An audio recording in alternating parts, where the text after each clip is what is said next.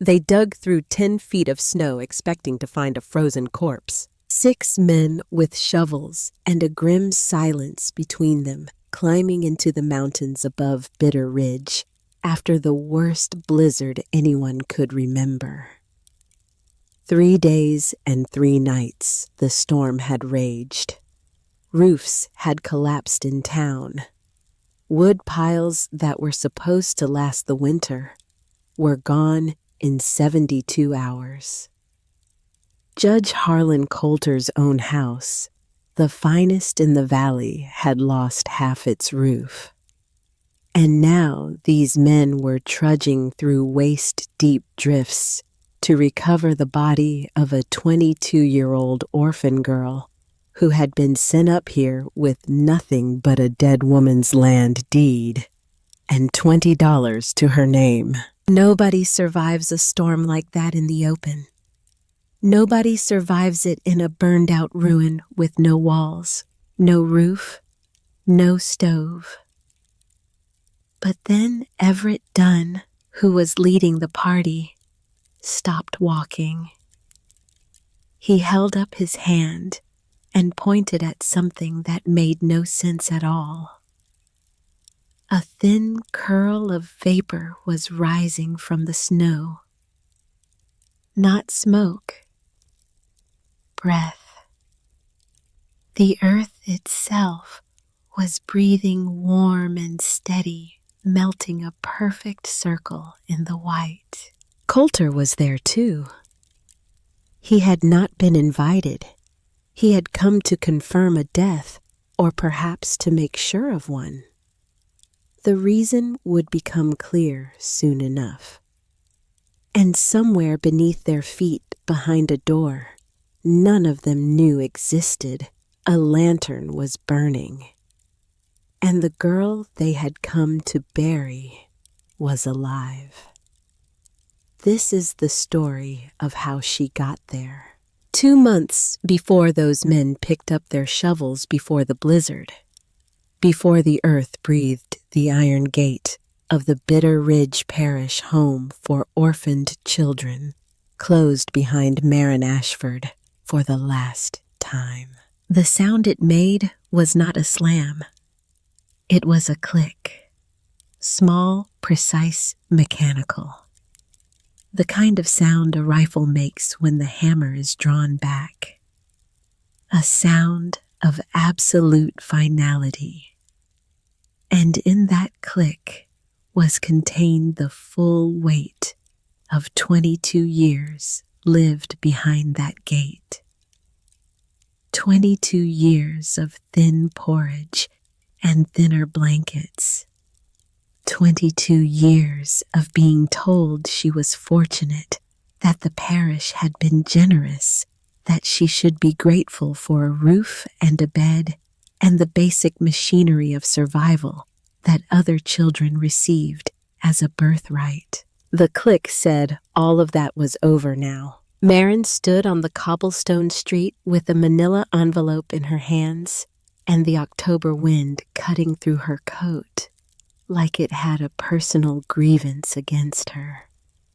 The coat was gray threadbare at the elbows and 2 sizes too large. It had belonged to a woman who had died in the home 3 winters ago, and the matron had given it to Marin not out of kindness, but out of efficiency.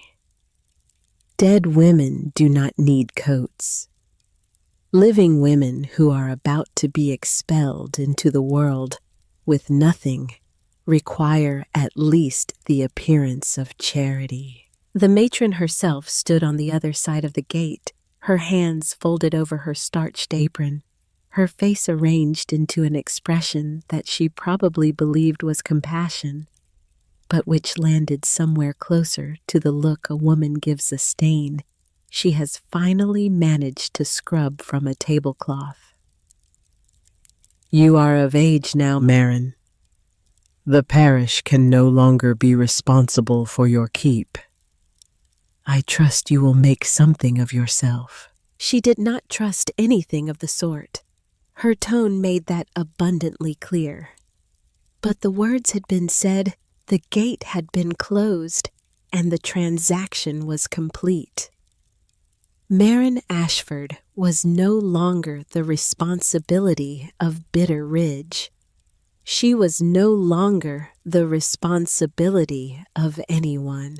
Inside the envelope were 3 items: a folded document on heavy paper, yellowed with age, that turned out to be a land deed. A single iron key, black and cold with teeth, that looked like they could open something ancient and reluctant.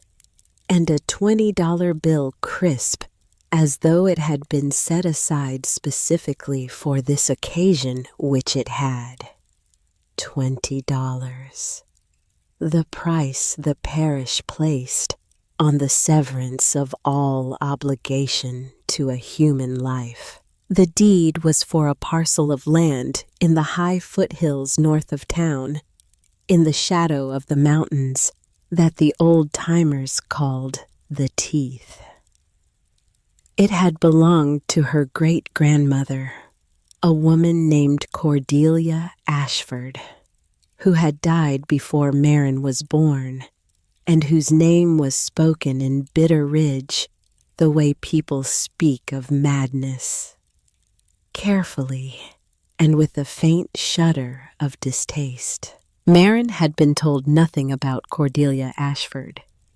She had been told nothing about any of her family. The orphanage did not trade in histories. It traded in beds and meals and the relentless forward motion of days that were identical in their grayness. But she knew the name.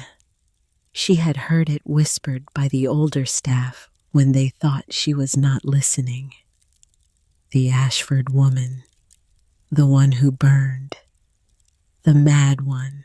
She was still standing on the street, the envelope in her hands, the wind pulling at her hair when the door of the council hall across the square opened, and Judge Harlan Coulter stepped out. He was 63 years old, and he moved with the particular authority of a man who has never once doubted that the ground beneath his feet was his to stand on.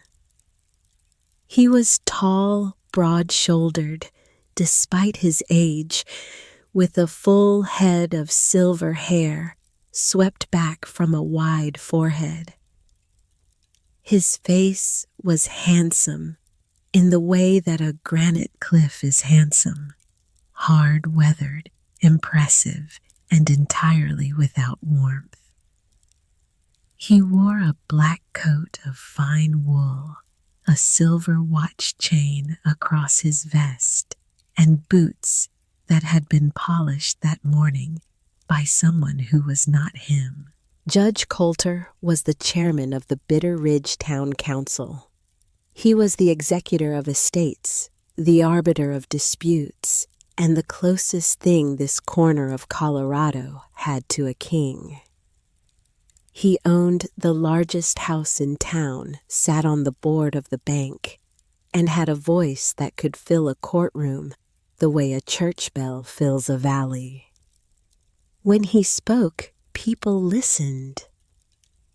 Not because he was wise, but because the cost of not listening was something most people could not afford. He crossed the square with the unhurried stride of a man who knows that everyone will wait for him, and he stopped in front of Marin with a smile that did not reach his eyes. In his hand was a second document, which he held out to her. Miss Ashford, I understand the parish has concluded its responsibilities. Before you go, there is the matter of your inheritance. He said the word inheritance the way a man says a joke he finds particularly clever. The property in the foothills, the burned place as it is known, your great-grandmother's land. The deed has been held in trust by this council for some years, and the law requires that it be transferred to the surviving heir.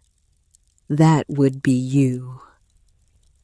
He paused, watching her face, and then added with the careful casualness of a man placing a bet he expects to win. Of course, the land is worthless. A pile of scorched rock and bad soil. The house burned to the foundation 40 years ago, and nothing has grown there since. If you would prefer, the council would be willing to take it off your hands. Save you the trouble of owning something that will only be a burden. We could offer a small consideration. $5, let us say, as a gesture of goodwill. $5 for a parcel of land. It was an insult wrapped in generosity, and both of them knew it. But what caught Marin's attention was not the offer. It was his eyes. For just a moment, when he mentioned the land, something shifted behind those hard gray irises.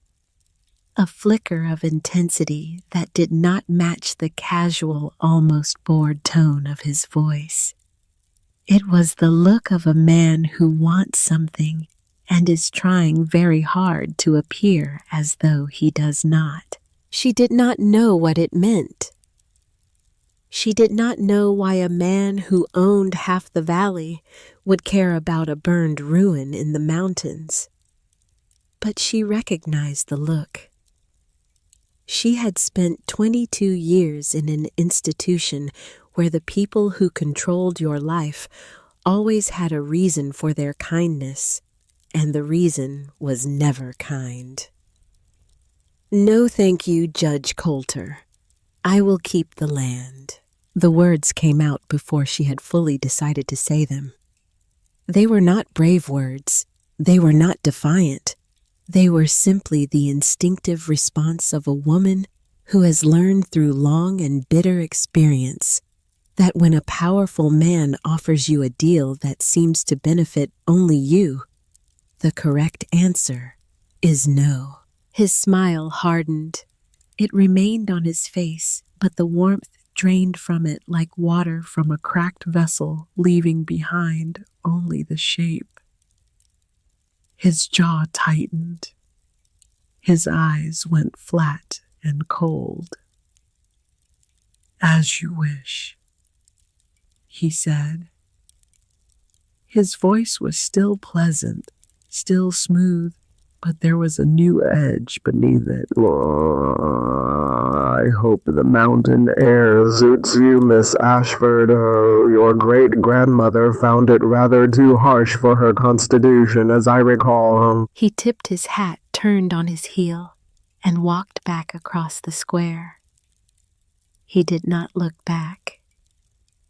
Marin watched him go and felt for the first time a chill that had nothing to do with the October wind. His reaction had been too strong, too controlled. A man does not school his features so carefully over $5 and a worthless piece of land. But she had no time to think about it. She had $20 a key to a ruin and nowhere else in the world to go. She spent the money carefully. $12 on dried beans, salt pork, hardtack, a small bag of flour, a tin of matches, and a candle. The remaining $8 bought her a seat on a freight wagon heading north into the highlands, driven by a man named Polk, who had a face like a crumpled map and a vocabulary that consisted primarily of grunts and the occasional spit over the side of the wagon. Polk did not ask her where she was going. He did not ask her why. He drove his mules up the switchback road in silence, the wagon groaning under its load of fence posts and salt lick. And when they reached the fork where the road became a track and the track became a suggestion, he pulled the mules to a stop and pointed. "That way. 6 miles, maybe 7. Follow the creek until it forks, then go left. You will see the chimney." He paused, and a crease of what might have been concern crossed his leathered face. "You sure about this, girl? That place has been dead a long time." "I am sure." He looked at her for a long moment, then spat over the side and clicked his tongue at the mules. The wagon lurched forward. He did not say goodbye. Marin watched the wagon disappear around the bend, and then she was alone. Truly alone in a way she had never been in her life. Even in the orphanage, surrounded by indifference, there had been walls and a roof and the dull comfort of routine. Here, there was nothing but the track, the creek, and the mountains rising ahead of her, like a gate built to keep her out. She walked. The landscape changed with every mile. The gentle brown hills of the lowlands gave way to sharp ridges of exposed granite. The scattered oaks and cottonwoods that lined the creek thinned out, replaced by stunted pines that grew at angles from the rocky soil, bent and twisted by decades of wind. The air grew colder, thinner, carrying the bite of altitude and the metallic taste of a sky that was thinking about snow. The track disappeared entirely by the second mile, swallowed by undergrowth and erosion. She followed the creek as Polk had instructed, picking her way over rocks and fallen logs, her bundle of supplies slung across her back. The weight of it dug into her shoulders. Her shoes, the same institutional leather shoes she had worn in the orphanage, were not made for this terrain. By the end of the first day, the right sole was pulling away from the upper, and her feet were blistered and raw. She slept that night under a granite overhang, wrapped in her coat, listening to the creek and the wind and the vast, indifferent silence of the mountains. The cold settled into her bones with the patience of something that had all the time in the world. She thought about the orphanage. She thought about the matron's face and Judge Coulter's eyes and the $5 he had offered for land he claimed was worthless. She thought about Cordelia Ashford, the mad one, the one who burned. She did not sleep much.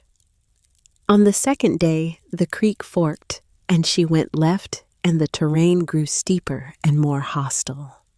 The pines disappeared entirely, replaced by nothing but rock and scrub, and the wind, which was now a constant presence, a living thing that pushed against her and plucked at her coat, and seemed to be trying to convince her with increasing urgency to turn around. She did not turn around. She saw the chimney first. It appeared against the sky as she crested a ridge in the late afternoon, a single dark finger of stacked stone pointing upward from a landscape of gray and brown. It stood alone with no walls around it, no roof above it, a monument to something that no longer existed. The sight of it stopped her in her tracks. She had known intellectually that the house was gone, the burned place, but knowing it and seeing it were two different things. The knowing had been abstract, a piece of information she could hold at arm's length. The seeing was immediate, physical, and brutal. It hit her in the chest like a closed fist. The farmhouse was not merely damaged, it was erased. What remained was a rough rectangle of stone foundation, perhaps 30 feet by 20, with blackened timbers lying in a chaotic jumble across it. like the ribs of some great animal left to rot. The chimney rose from the center of this wreckage 6 feet of stacked fieldstone that had survived the fire through sheer mineral stubbornness. Around the foundation, the ground was scorched and barren. Even after 40 years, nothing grew within 10 feet of the ruin except a thin crust of lichen on the stones. Beyond the ruin, the land stretched out in a broad sloping meadow that ran down to a creek, and beyond the creek, the mountains rose in a wall of granite and pine that caught the last light of the afternoon sun and held it like a breath. It was beautiful country in the severe and unforgiving way that high mountain country is always beautiful. The kind of beauty that does not care whether you live or die. Marin walked through the debris, her boots crunching on charred wood and broken pottery. She found the remains of an iron stove twisted and warped by heat. She found the frame of a bed, its metal springs rusted into a single solid mass. She found a cast iron pot cracked down the middle and the handle of what might once have been a hand mirror. These were the artifacts of a life. Someone had cooked here, slept here, looked at her own reflection here. And then it had all burned, and the mountain had reclaimed the land with the cold patience of a landlord collecting overdue rent. She stood in the center of the foundation, the iron key cold in her pocket, the wind pulling at her hair, and she looked at the chimney. There was no door for the key to open. There was no lock, no handle, no threshold. There was nothing. This was her inheritance, a scar on the land and a key to nothing. She did not cry that first evening. She was too tired for tears, too hollowed out by the walk and the cold and the slow grinding realization that she had traded the certainty of the orphanage for the certainty of nothing. She ate a handful of hardtack and some salt pork, drank from the creek, and crawled into the lee of the chimney where the stone blocked the worst of the wind. She pulled her coat around her and closed her eyes, and the cold settled over her like a second skin, intimate and inescapable. The second day was the same, and the third. She ate her rations cold. She drank from the creek, which was so cold it made her teeth ache. She slept in the same spot, curled against the chimney, and she felt her body growing weaker, slower, less willing to respond to the simple commands of survival. The cold was not just a temperature. It was a voice. It spoke to her in the wind, in the gray sky, in the silence between the gusts. It said that this was the end, that the story of Marin Ashford was a short one, a footnote in the history of a town that had never wanted her, and that the ending was already written.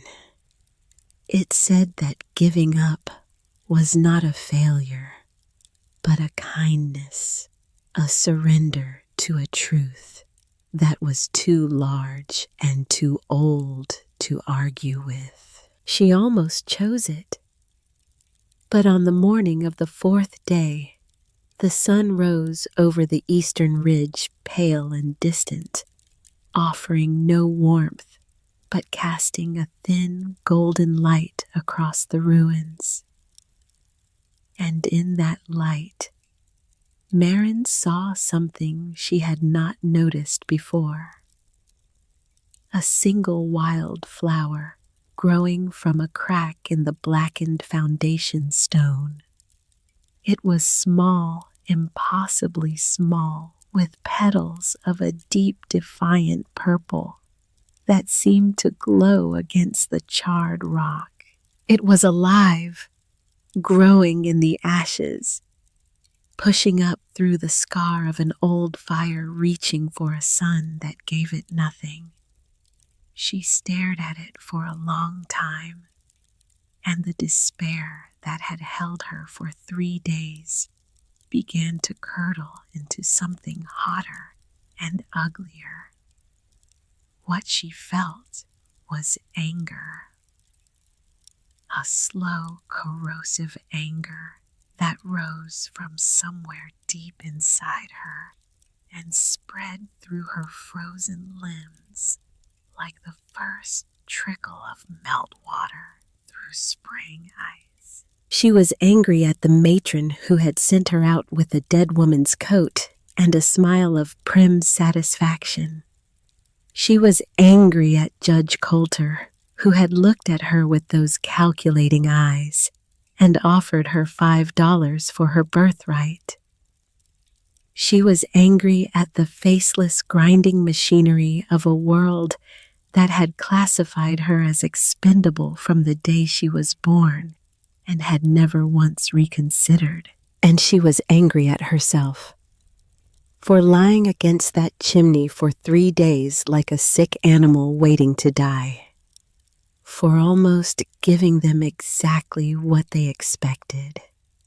The orphan girl who went into the mountains and never came back. A cautionary tale. A punchline. No. The word formed in her mind, and she said it aloud, her voice cracked and hoarse, barely audible above the wind. No, she would not die here. She would not give them the satisfaction of a prediction fulfilled. She would not become a whisper, a footnote, a warning told to other orphans about the foolishness of pride. She stood up. Her muscles screamed. Her joints cracked. Her vision swam for a moment, and she steadied herself against the chimney, feeling the rough stone under her raw palms. She stood there swaying, and she looked at the ruin not as a grave, but as a problem. And she began to work. There was no plan. There was no strategy. There was only the need to move to act, to impose some sliver of order on the chaos. She started hauling the charred timbers off the foundation, dragging them one by one to a pile at the edge of the meadow. The wood was heavy, waterlogged from years of rain and snow, and the effort required to move each piece was enormous. Splinters drove into her palms. Her back burned with a deep, nauseating ache. Her muscles weakened by 3 days of cold and near starvation, trembled and failed and trembled again. But she kept moving. She worked through the morning and into the afternoon, stopping only to drink from the creek and eat a mouthful of beans. She cleared half the foundation that first day, and when she finally stopped when the sun was a red smear on the western horizon, and her body was a single unified protest of exhaustion, she looked at what she had done and felt for the first time in years, like a force acting upon the world, rather than a thing the world was acting upon. She worked through the next day and the next. She cleared the rest of the foundation, revealing the full rectangle of stacked field stones still solid, still level after 40 years. She sorted the debris into piles. Usable wood here, scrap metal there, broken pottery in a heap at the edge of the meadow. The physical work silenced the frantic chatter in her head, replacing it with the simple rhythmic reality of effort. Pull, lift, carry, stack. It was on the second day of this labor late in the afternoon, with the sun hanging low and orange over the western peaks, that she made the discovery that would change everything. She was working near the base of the chimney, clearing a stubborn pile of rubble that had fused together with heat and time. Her foot slipped on a loose stone, and she stumbled, catching herself against the chimney. The impact dislodged a flat piece of flagstone that had been hidden beneath the rubble, and it shifted, sliding sideways with a grinding sound that she felt in her teeth. Beneath the flagstone was not dirt. It was a void, a dark rectangular opening in the earth roughly 3 feet by 2, with the first step of a stone staircase visible in the shadows below.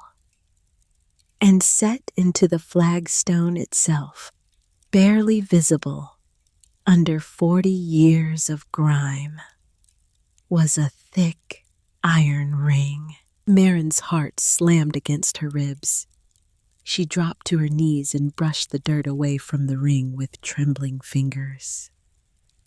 It was solid forged iron, rusted to a dark orange but still firmly anchored in the stone. She pulled on it gently at first, then harder. The flagstone moved, scraping against its frame with a low, grinding protest, like something that had been sealed for a very long time and was reluctant to open. She pulled harder. The stone lifted an inch, 2 inches, and a wave of air rose from the darkness below. It was cool, still, and impossibly fresh. It carried the scent of damp earth and root vegetables, and something else, something clean and ancient, like the smell of a cathedral on a winter morning. With a final heave, she lifted the flagstone fully and set it aside. The opening was dark, but the air continued to rise steady and cool, and somewhere below she could hear the faintest sound. A silence so deep it was almost a hum. 10 stone steps descended into the darkness. They were narrow, steep, hand-cut from the same field stone as the foundation, and they were dry. Not damp, not crumbling. Dry and solid as though they had been laid yesterday. Marin hesitated at the top, her hand on the cold stone wall of the chimney. Below her was darkness, absolute and complete. She could see the first 3 steps, and then nothing. She reached into her coat pocket and found the small box of matches she had guarded with desperate care since leaving the orphanage. There were 11 matches left. Each one was a small miracle, a few seconds of light in a world that was growing darker by the day. She struck the first match. It sputtered, flared, and died. The sulfur smell hung in the cold air. She struck the second. It caught, and in its small, trembling flame she descended. Her left hand trailed along the wall, feeling the rough-cut stone beneath her fingertips, cold and dry and smooth with age.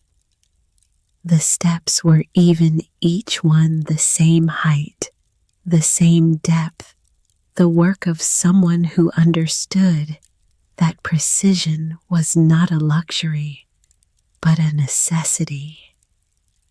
10 steps down.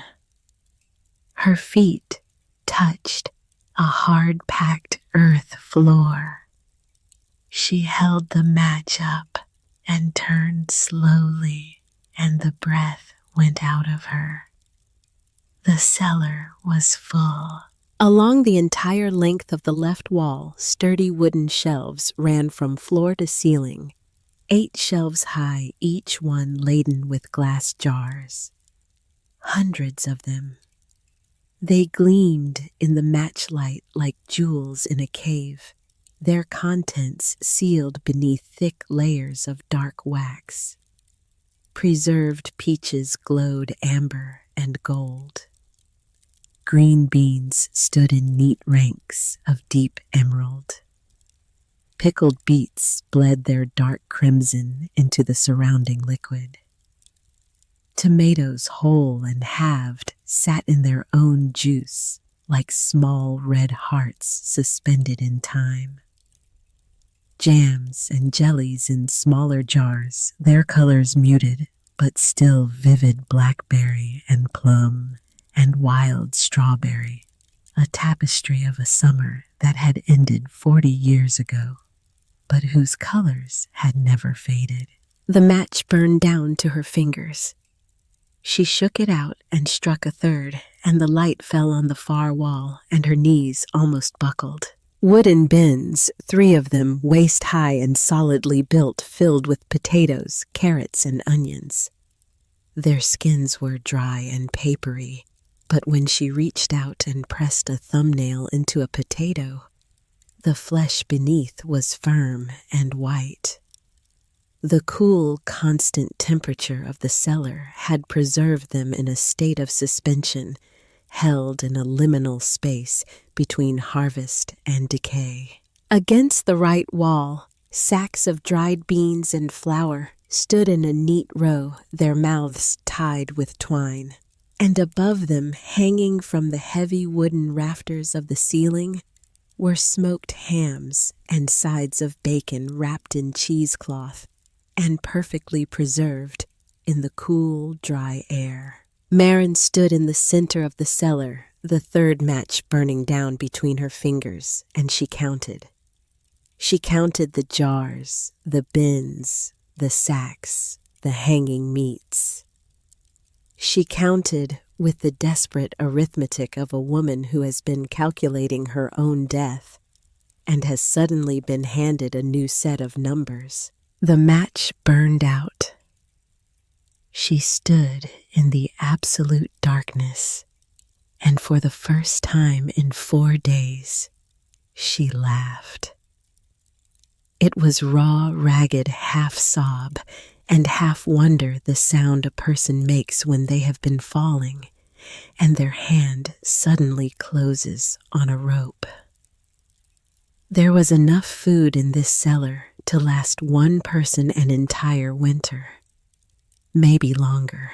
She lit a 4th match this time with steadier hands, and she moved deeper into the cellar, past the shelves, past the bins to the far end, where the ceiling sloped down and the shadows were deepest.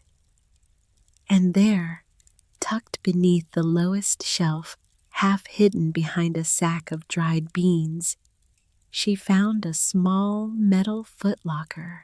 It was not locked. The latch was stiff with age, but yielded to her fingers after a moment of effort. She lifted the lid, and the match light fell on a bed of dried lavender. Its scent still faintly present after all these years, a ghost of a summer garden, and resting on the lavender was a single leather-bound journal.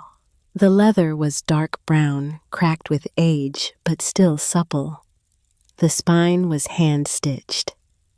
There was no title on the cover, no author's name, nothing but the smooth, worn surface of a book that had been handled often and with care.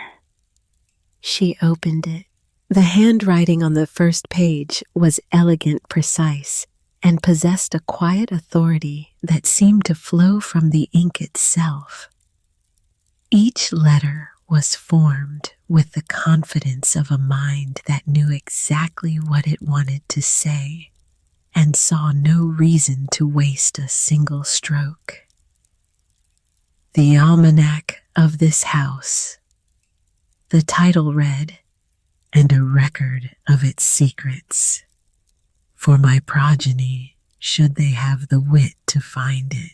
Beneath this, in slightly smaller script, written by Cordelia Ashford in the year of our Lord 1851 and continued through the seasons of this life. Marin sat down on the cold stone steps, the match burning low, and she began to read. The journal was not a diary. It was a scientific and philosophical treatise on survival, a manual for living in harmony with the high mountain landscape, written by a woman who had spent decades observing, measuring, experimenting, and thinking. Cordelia Ashford had been a student of the earth. She wrote of wind patterns with the precision of a meteorologist, charting the direction and strength of the prevailing winds in every season, noting how they shifted with the time of day. She wrote of soil composition, of the layers of clay and gravel and bedrock beneath the meadow. She wrote of the language of the seasons, the subtle signs that preceded a change in the weather, the way certain grasses bent before a storm, the way the creek sounded different when snow was coming versus rain. She wrote of all these things not with sentiment, but with the clear-eyed respect of a woman who understood that this land was not hers, but that she was in a very real sense the land's. The fifth match burned out. Marin lit a sixth. And then she found the chapter on the cellar, and the world shifted beneath her feet. "This is not a hole in the ground," Cordelia had written. "It is the heart of the house, its lung and its battery. Everything above can burn. Everything above can be destroyed by wind or fire or the malice of men. But this, the heart is below. It is in the earth, and the earth does not forget." What followed was a detailed, diagrammed explanation of a system so elegant and so far ahead of its time that Marin had to read it 3 times before she fully grasped it. The cellar had been dug with extraordinary deliberation far below the frost line into a unique pocket of dense heat-retentive clay that Cordelia had identified through years of observation. 2 narrow shafts lined with carefully fitted stone connected the cellar to the surface. One shaft opened near the base of the chimney stack. The other emerged from the hillside 100 yards upslope. Cordelia's diagrams showed the principle with the clarity of a textbook. During the summer months, the system drew warm air down through the upper shaft and into the earth. The surrounding clay mass absorbed this warmth and stored it like a battery being charged by the sun. The cooled, dense air was then expelled passively through the lower shaft near the chimney. In the winter, the process reversed. The frigid surface air was drawn down, and the stored warmth of the earth warmed it before it circulated back up through a floor grate near the hearth and into the house above. It was geothermal exchange, passive heating and cooling, a system that required no fuel, no fire, no maintenance beyond keeping the shafts clear. The fire that had destroyed the house had sealed the floor grate with rubble and melted metal, but the cellar itself, a fortress of stone and earth, had been untouched. The system had continued to function in its sealed state, maintaining a constant cool temperature year-round, preserving the food on its shelves. Maren sat on those cold stone steps and felt a recognition deeper than admiration. She was reading the thoughts of a woman who had been called mad by people who could not understand her. A woman who had been dismissed, ridiculed, and ultimately destroyed, not by the mountain, but by the men who feared what they could not comprehend. And then she turned the page and found the passage that changed everything again. The handwriting here was different, tighter, more urgent, written in haste, perhaps in fear. Let it be known to whoever reads this that the land upon which this house stands is of greater value than any in this territory. Not for what grows above, but for what lies below. There is a vein of thermal water, a natural hot spring, running beneath this meadow at a depth of 40 feet. It is this vein that makes my system possible.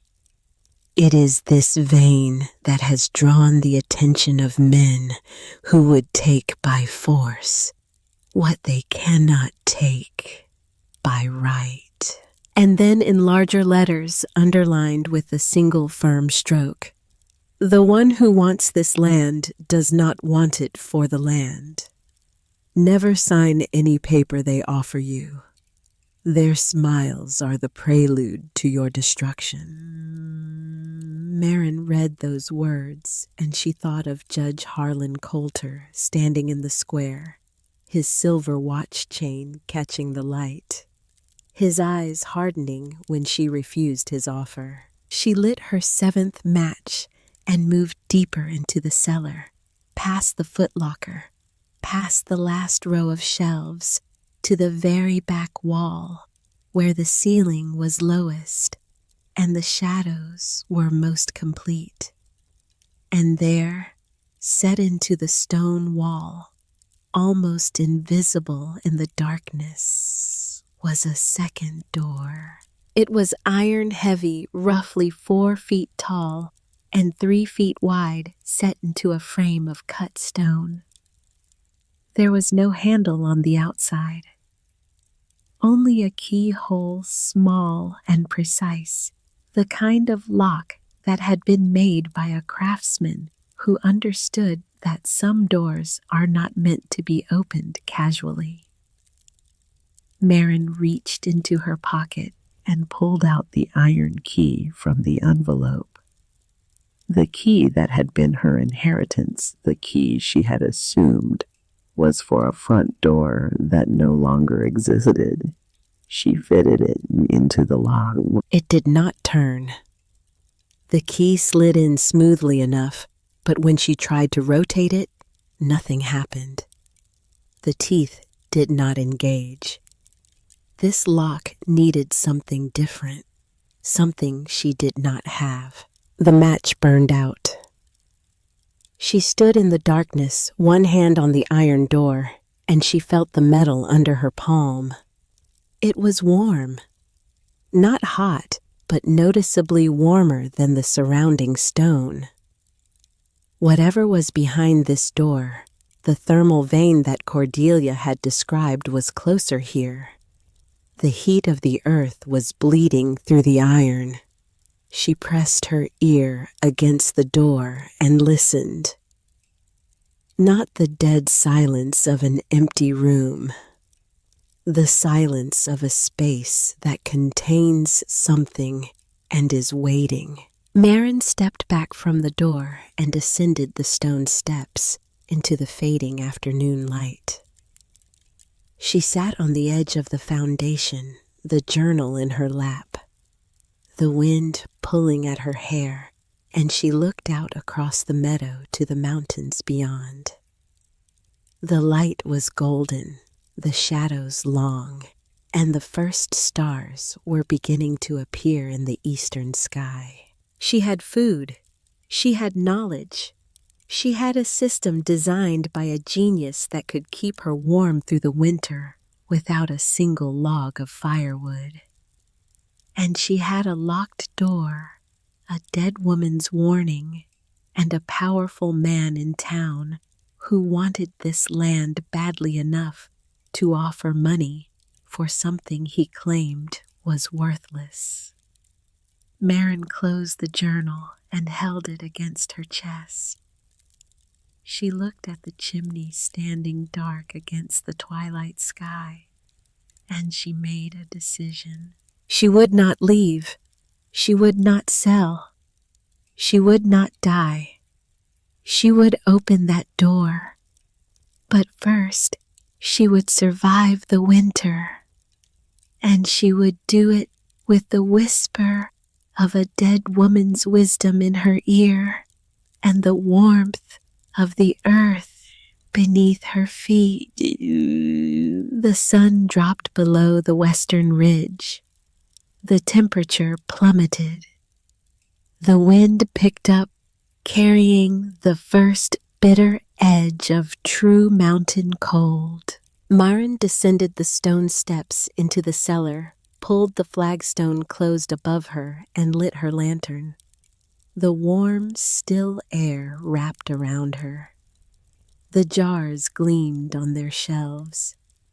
The journal lay on her small makeshift table, its secrets only half revealed. Above her, the mountain settled into its long, cold night. The stars turned, the wind howled. But beneath the earth, in the heart of a house that no longer existed, a woman sat reading by lantern light, surrounded by the preserved gifts of a great-grandmother she had never met. And for the first time in her life, Marin Ashford was home. The transformation of the cellar began the next morning before the sun had cleared the eastern ridge. Marin descended the stone steps in the gray half-light of dawn. The journal open in her hands, and she studied her underground sanctuary with new eyes. Yesterday, it had been a miracle that saved her from starvation. Today, it was a construction site, and the architect was a woman who had been dead for 40 years.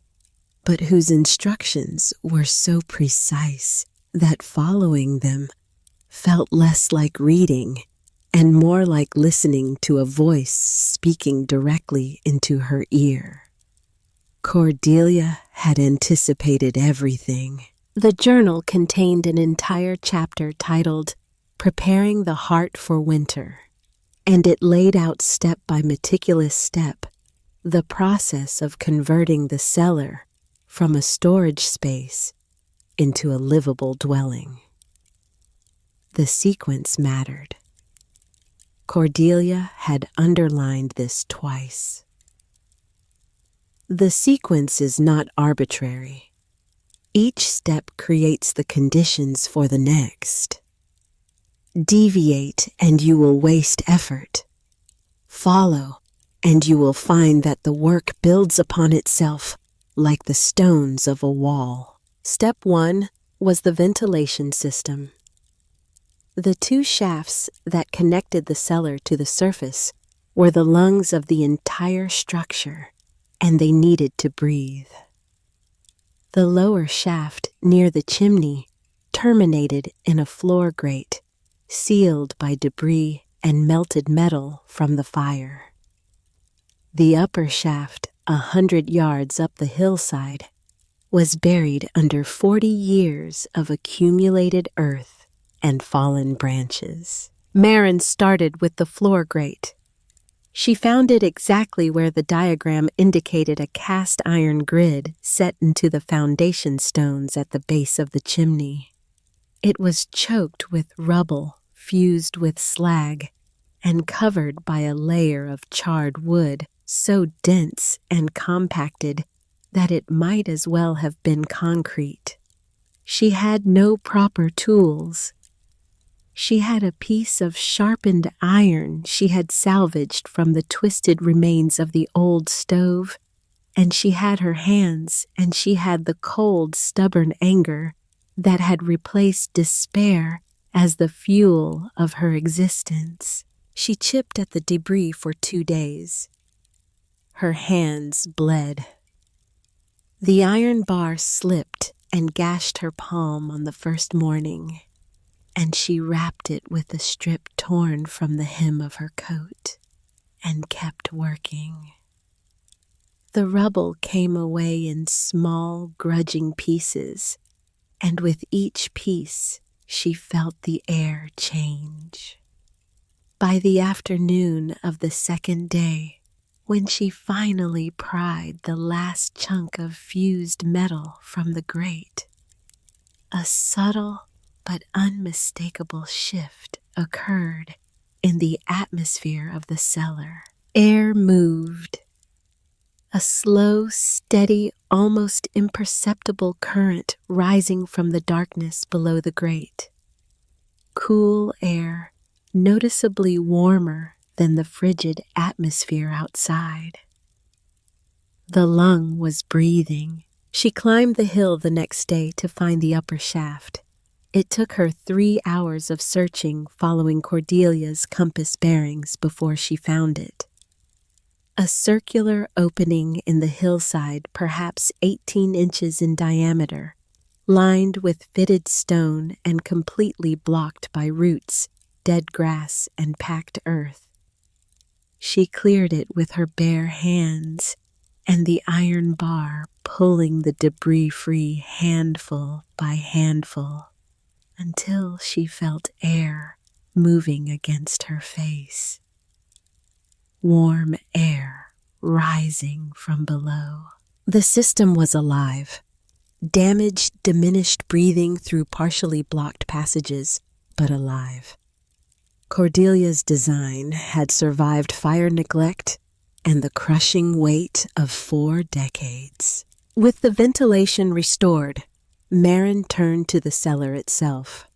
She hauled down the best of the salvaged planks from the ruin and laid them across the packed earth floor, creating a level, dry surface that insulated her from the ground. She built a small table from 2 stacked crates and a plank. She fashioned a sleeping platform from the sturdiest timbers raised 6 inches off the floor to stay above the cold air that pooled at ground level. She used old burlap sacks to stuff the gaps around the stone entryway, creating layers of insulation against the drafts. She built a storm door at the top of the steps, a heavy barrier of layered planks and packed earth sealed with clay she dug from the hillside. The same dense, heat-retentive clay Cordelia had written about. When it dried, it formed an airtight seal that turned the cellar entrance into something closer to a vault door than a trap door. Every day she worked from dawn until she could no longer see, and every night she descended into her slowly improving shelter, and collapsed onto her platform, every muscle singing with exhaustion. The labor changed her body. The softness of 22 years of institutional living was stripped away, replaced by lean, hard muscle that moved beneath her skin like rope. Her hands became a landscape of calluses and scars. She lost weight she could not afford to lose, then slowly gained it back as she began eating properly from the cellar's stores. The preserved peaches became her reward. At the end of each day, she would open a single jar and eat the fruit slowly, savoring the sweetness that tasted of a summer she had never known, but which Cordelia had captured and sealed in glass for her. 12 days after her arrival, a sound broke the silence of the mountain. The distant creak and rattle of a wagon coming up the track from the valley below. Marin climbed out of the cellar and stood on the foundation, shielding her eyes against the pale November sun. A horse and wagon were laboring up the last switchback, driven by a man in his 60s, broad-shouldered, with a face like a mountain that had been in too many storms. Everett Dunn pulled his horse to a stop at the edge of the meadow and sat on the wagon seat for a long moment, looking at the ruin and at the girl standing in the middle of it. His expression was not what she expected. She had braced herself for pity. What she saw instead was confusion.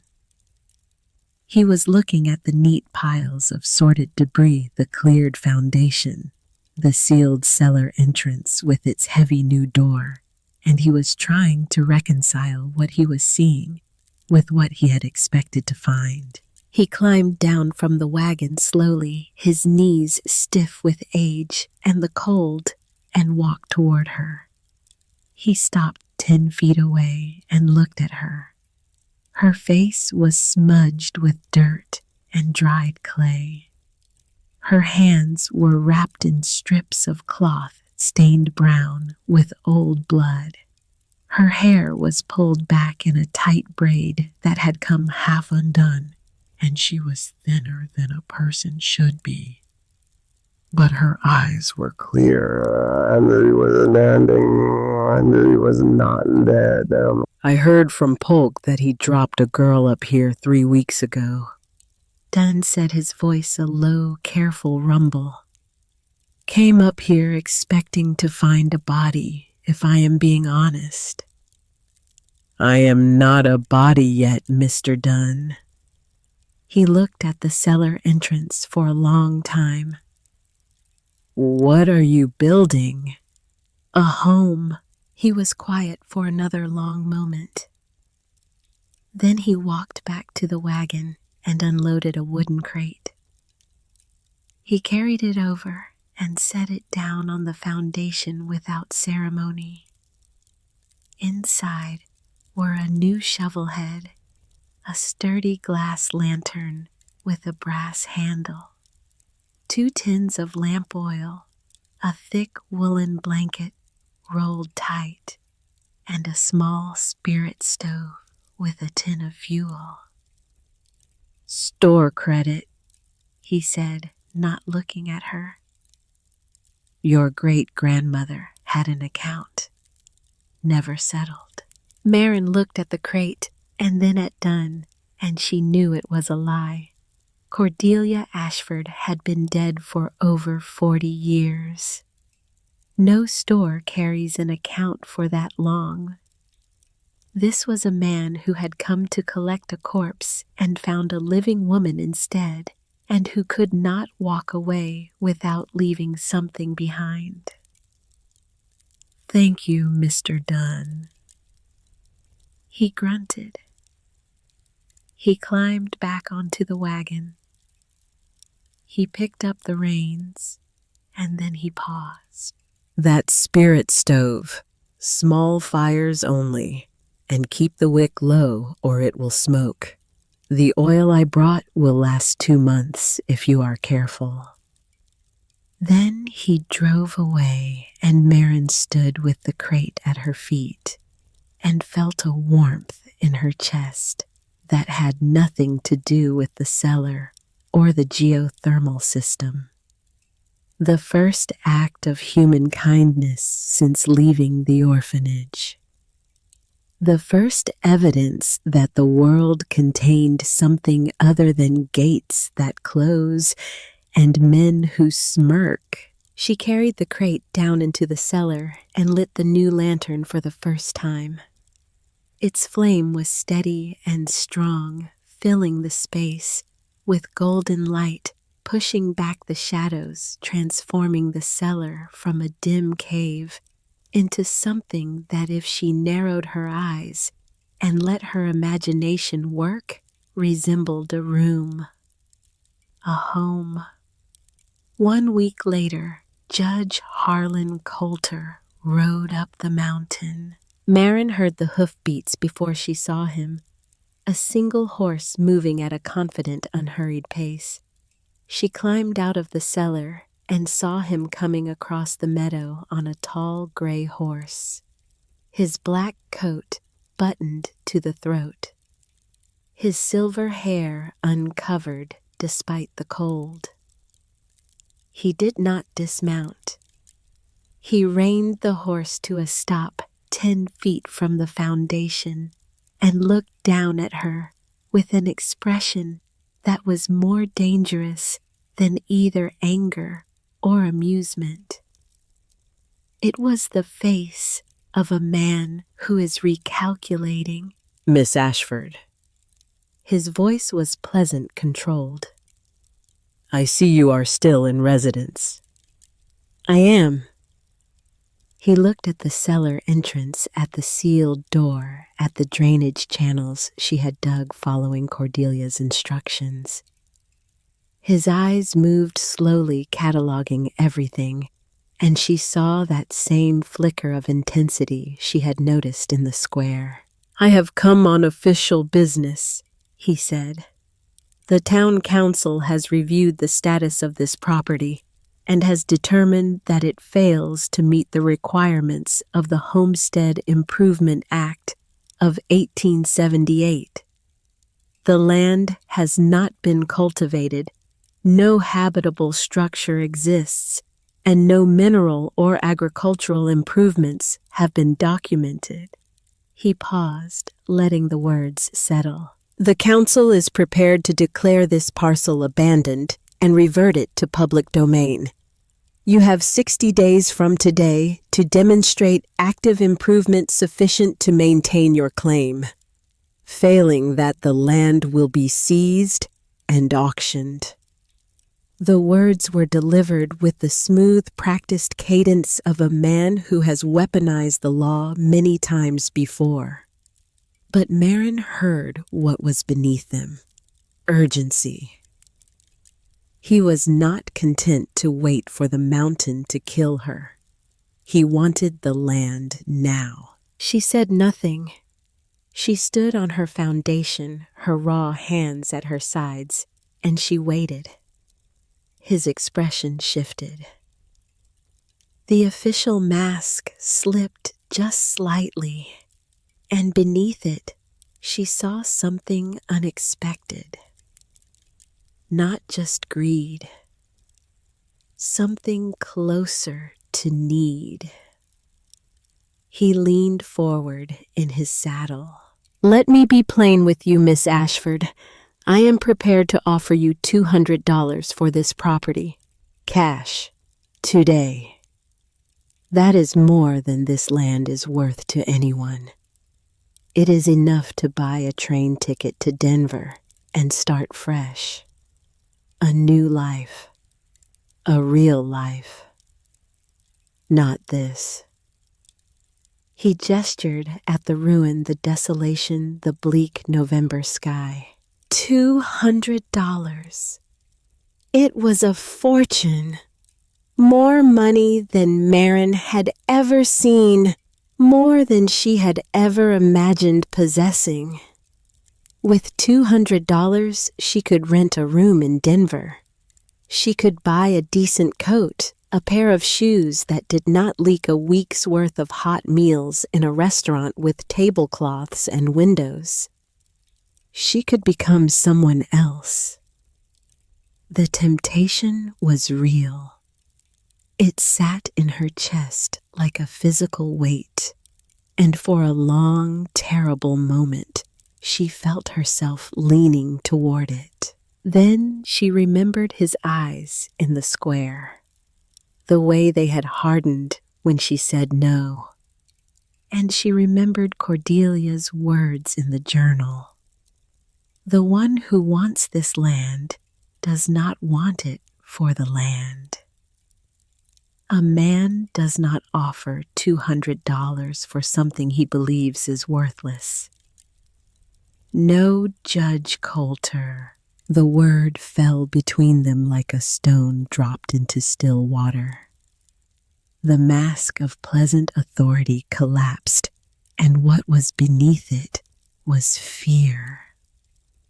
The brief, unmistakable flash of a man who has played his best card and watched it lose. He gathered himself quickly. His back straightened. His jaw set, and when he spoke again, his voice was low, almost intimate, stripped of its public warmth. Your great-grandmother thought she was smarter than everyone, too. She thought she could live up here by her own rules, answering to no one, defying the natural order of things. Look how that ended for her. It was worse than a threat. It was a confession disguised as a warning. He knew something about how Cordelia had died, something more than a house fire, something he was not supposed to know. He turned the gray horse and rode away without another word. Marin watched him until he disappeared around the bend in the track. And then she stood alone in the cold, her heart hammering, and she understood that Judge Harlan Coulter was not just a greedy man trying to acquire land. He was a frightened man trying to bury a secret.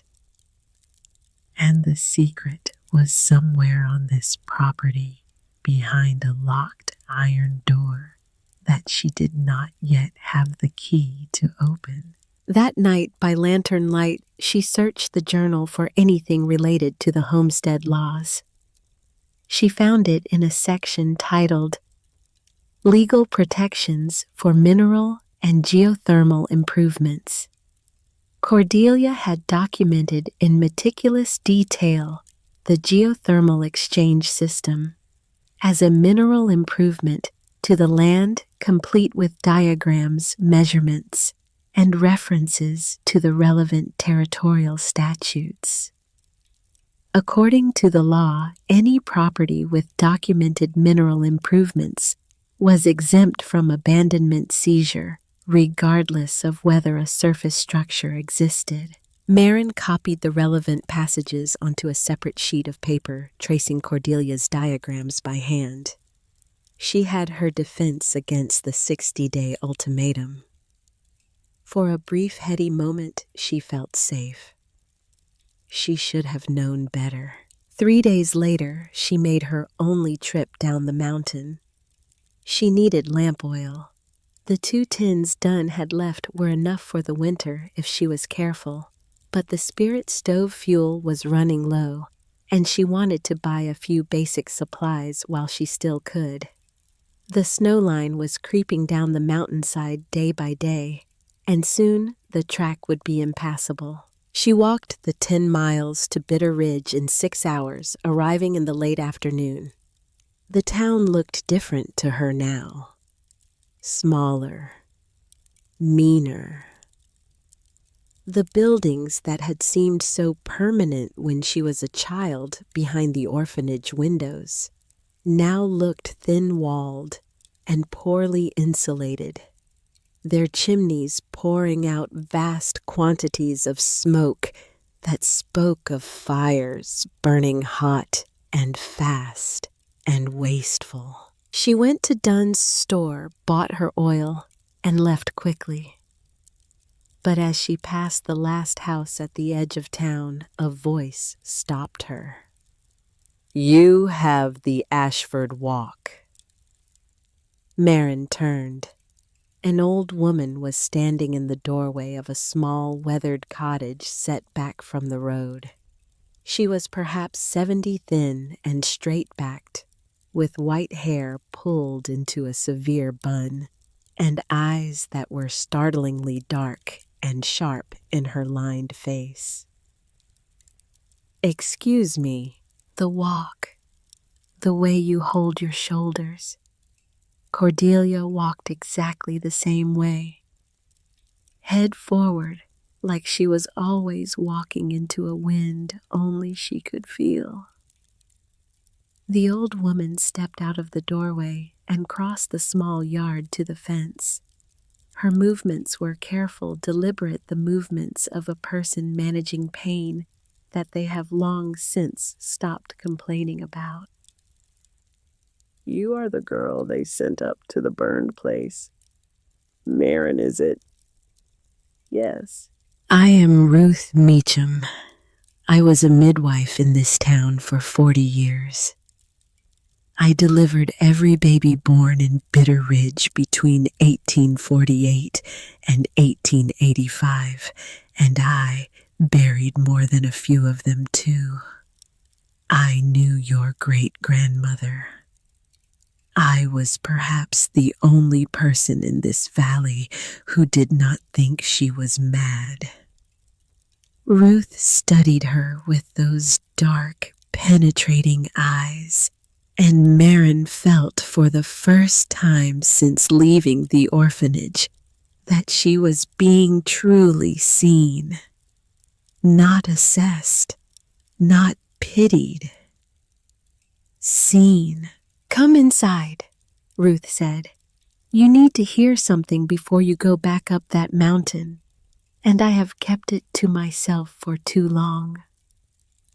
The cottage was small and spare, but warm.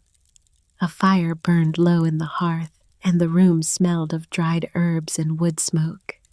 Ruth settled into a chair by the fire and gestured for Marin to sit. She did not offer tea or food. She was not a woman who wasted time on ceremony when there were things that needed saying. The fire that destroyed your great-grandmother's house was not an accident, and Cordelia did not die because she was careless. Marin sat very still. In the fall of 1852, Obadiah Coulter Harlan's father came to Cordelia with a document, a bill of sale. He wanted her to sign the property over to him.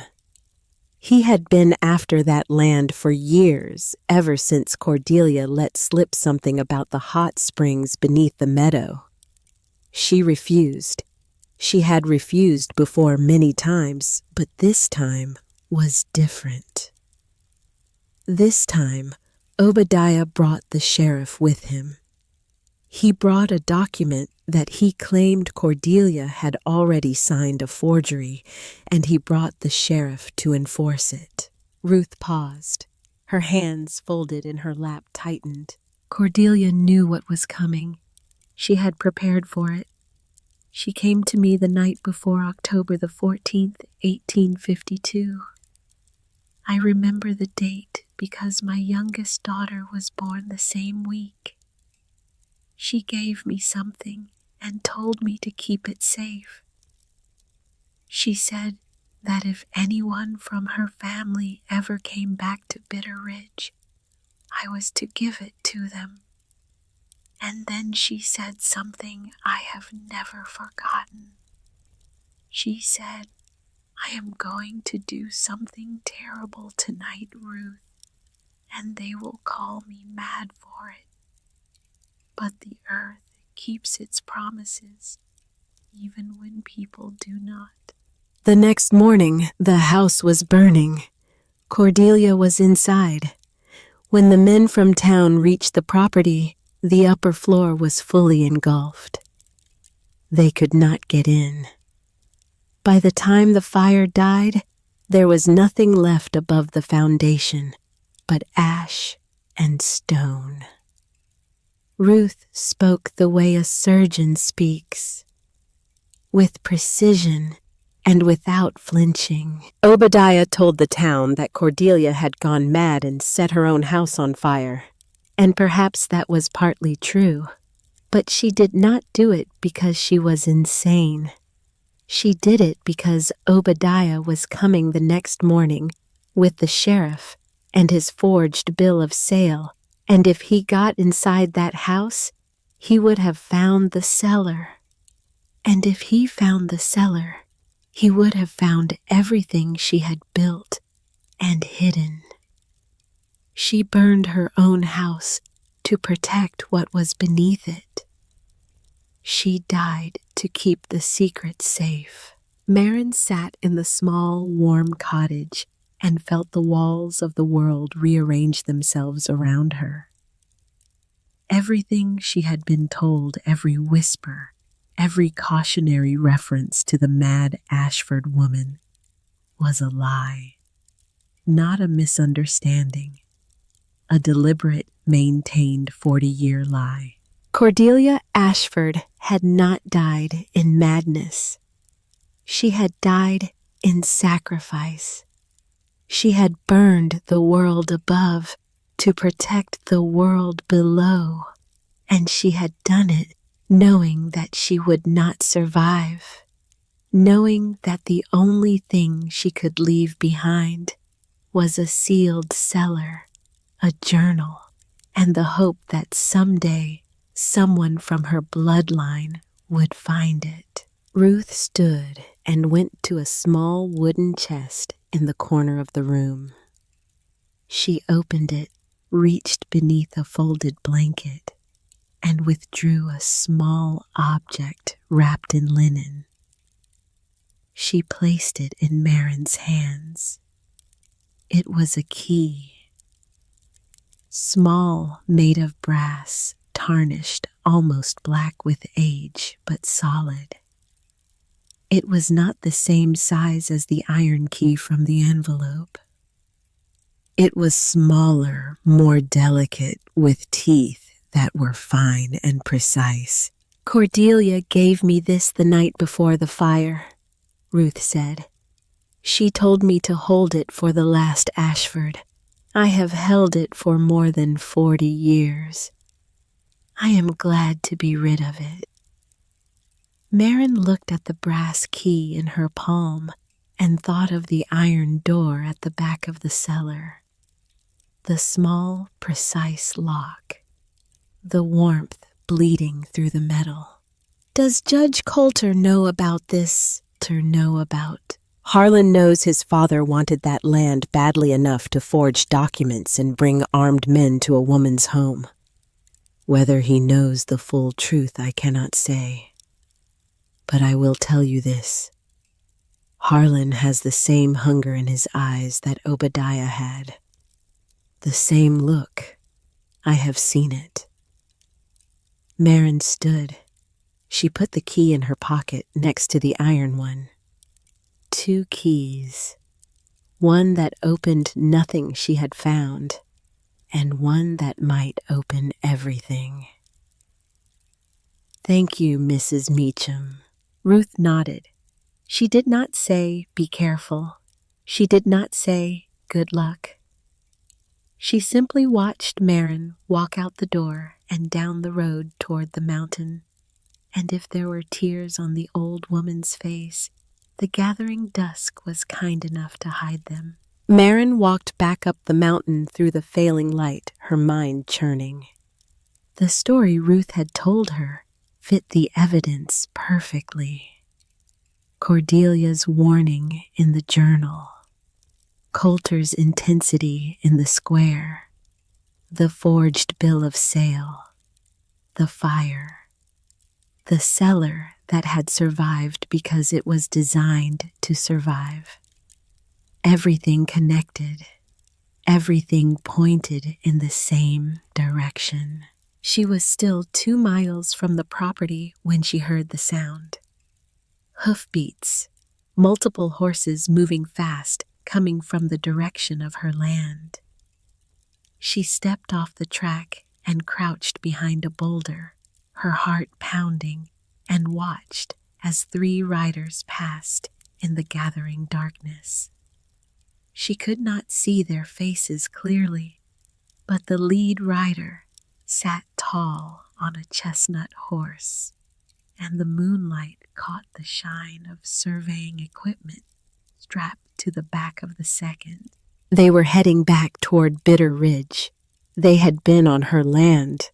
She ran the last 2 miles, arriving breathless and shaking in the moonlight. The meadow was empty, but the evidence of their visit was clear. Wooden stakes had been driven into the ground at the 4 corners of the property, each one marked with a strip of red cloth. Surveyor's stakes. Someone had measured and marked her land. The next morning confirmed her fears. She found fresh boot prints around the foundation around the chimney, and most troublingly, near the upper ventilation shaft. They had been looking for something. They had been mapping everything, and they had left behind, nailed to one of the stakes, a folded piece of paper. It was a legal notice stamped with the seal of the Bitter Ridge Town Council, signed by Judge Harlan Coulter. It stated that a claim had been filed asserting prior ownership of the parcel under a bill of sale dated October 12, 1852, executed between Cordelia Ashford and Obadiah Coulter. The notice stated that Marin's deed was under review and that a formal hearing would be held in 60 days. Below the official text, in a hand she did not recognize, was a penciled note: "Survey complete. Mineral assessment pending." They were building a case. The forged bill of sale that Obadiah had tried to use 40 years ago had resurfaced, and Harlan Coulter was betting that a 22-year-old orphan girl with no money, no lawyer, and no connections would not know how to fight it. 3 days later, Boyd Coulter arrived. He came alone on foot, carrying a leather satchel and a surveyor's transit on a tripod over his shoulder. He was 31, lean, dark-haired, with his father's height, but none of his father's theatrical presence. Where Harlan Coulter filled a room with his voice and his certainty, Boyd seemed to occupy as little space as possible, moving quietly, speaking softly, keeping his eyes on the ground. He looked like a man carrying a weight he had not chosen and could not set down. Marin met him at the edge of the meadow. She had the iron bar in her hand, not raised, but visible. "I am here on council orders," Boyd said. His voice was flat, recitative, the voice of a man reading a script he did not write. "To complete the mineral and topographical survey of this parcel in support of the ownership review." "Your father sent you." "The council sent me. I am the licensed surveyor." He set up his transit and went to work measuring angles, recording numbers, moving from stake to stake with the mechanical efficiency of a man who has done this 1,000 times. Marin watched him from the foundation, saying nothing. He was mapping her land for the men who wanted to steal it, and he carried out the task with the joyless precision of a soldier following orders he despised. He worked for 3 hours. Marin stayed on her foundation and read the journal, refusing to give him the satisfaction of watching. But when he had packed up his equipment and was preparing to leave, he walked toward her. He stopped 6 feet away. He looked at her. "I know what my father is doing." The words were barely audible, spoken in a voice meant to carry no further than the space between them. "I have seen the bill of sale. I know what it is. I know what my grandfather was, and I know what my father is becoming." He paused. His jaw worked, and she saw in his face a war between loyalty and conscience that was older than both of them. "I do not want any part of this, but he is my father." He turned and walked away down the track without another word. He did not look back. He did not offer to help. But he had told her the truth. The bill of sale was a forgery.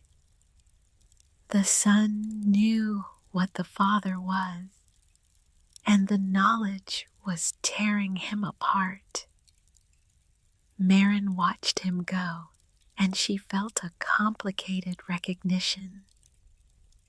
Not sympathy exactly, not trust. The understanding that even in the house of your enemy, there are rooms where the light comes in. That night, the first real storm of the season hit. Not the great blizzard. This was its smaller, meaner cousin, a fast-moving front that came screaming down from the peaks with almost no warning. 1 hour, the sky was clear. The next, the wind was a howling, hammering force that drove rain sideways and turned the temperature from cold to killing in minutes. Marin was in the cellar when the storm hit, and for the first hour, the system held. The air continued to circulate warm and steady, and the thick storm door kept out the worst of the wind. But at some point after midnight, she noticed the air growing stale. The gentle current from the floor grate slowed, stuttered, and stopped. The lung had stopped breathing. She knew it instantly. The silence where there should have been a current was louder than the storm itself. She had a choice. Stay in the cellar where the residual warmth would last hours, but would gradually fade, or go outside into the storm and try to clear whatever was blocking the shaft. She went outside. The moment she opened the storm door, the wind hit her with the force of a freight train. Rain mixed with sleet drove into her face and stole her breath. She could not see more than 5 feet in any direction. She found the upper shaft by memory and by feel, crawling up the hillside on her hands and knees, the wind trying to peel her off the slope. When she reached the shaft, she found the problem. A section of the stone lining had collapsed inward, pushed by the force of water running down the hillside. Mud and stones had sealed the opening. She dug with her bare hands in the freezing rain. Her fingers numb her body, shaking violently with cold. The mud was thick, heavy, and it kept sliding back into the hole as fast as she could clear it. She could feel the cold moving inward, past her skin, past her muscles, into the deep core where life lived. The shaking, the confusion, the terrible, seductive warmth that comes just before the end. She recognized it from the journal. Hypothermia. She could not clear the shaft.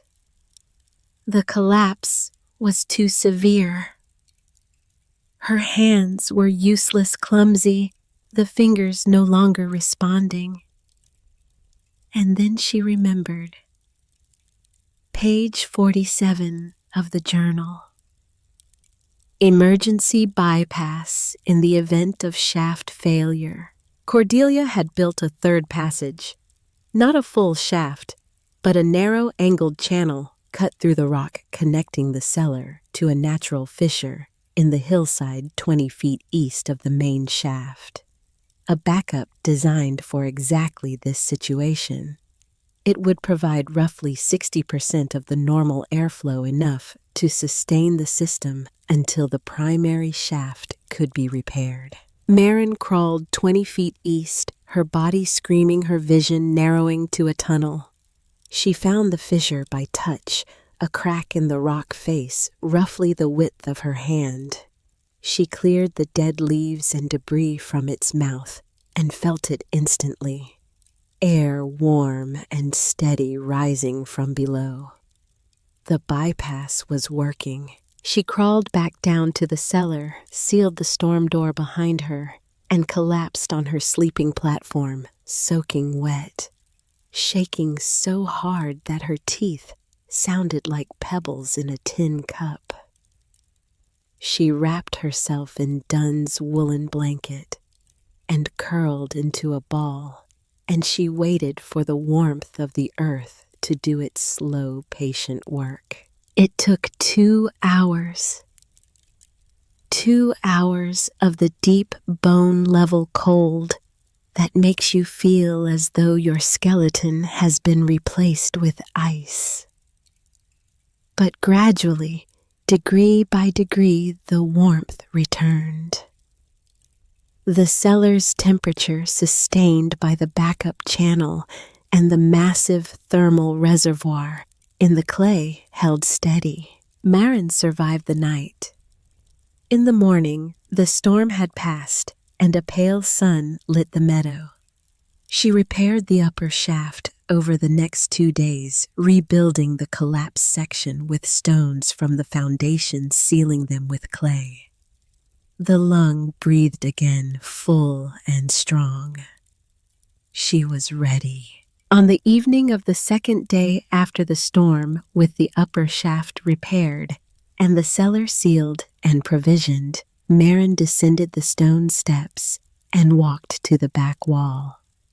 The iron door waited warm to the touch, its small brass lock gleaming faintly in the lantern light. She pulled out the key Ruth Meacham had given her.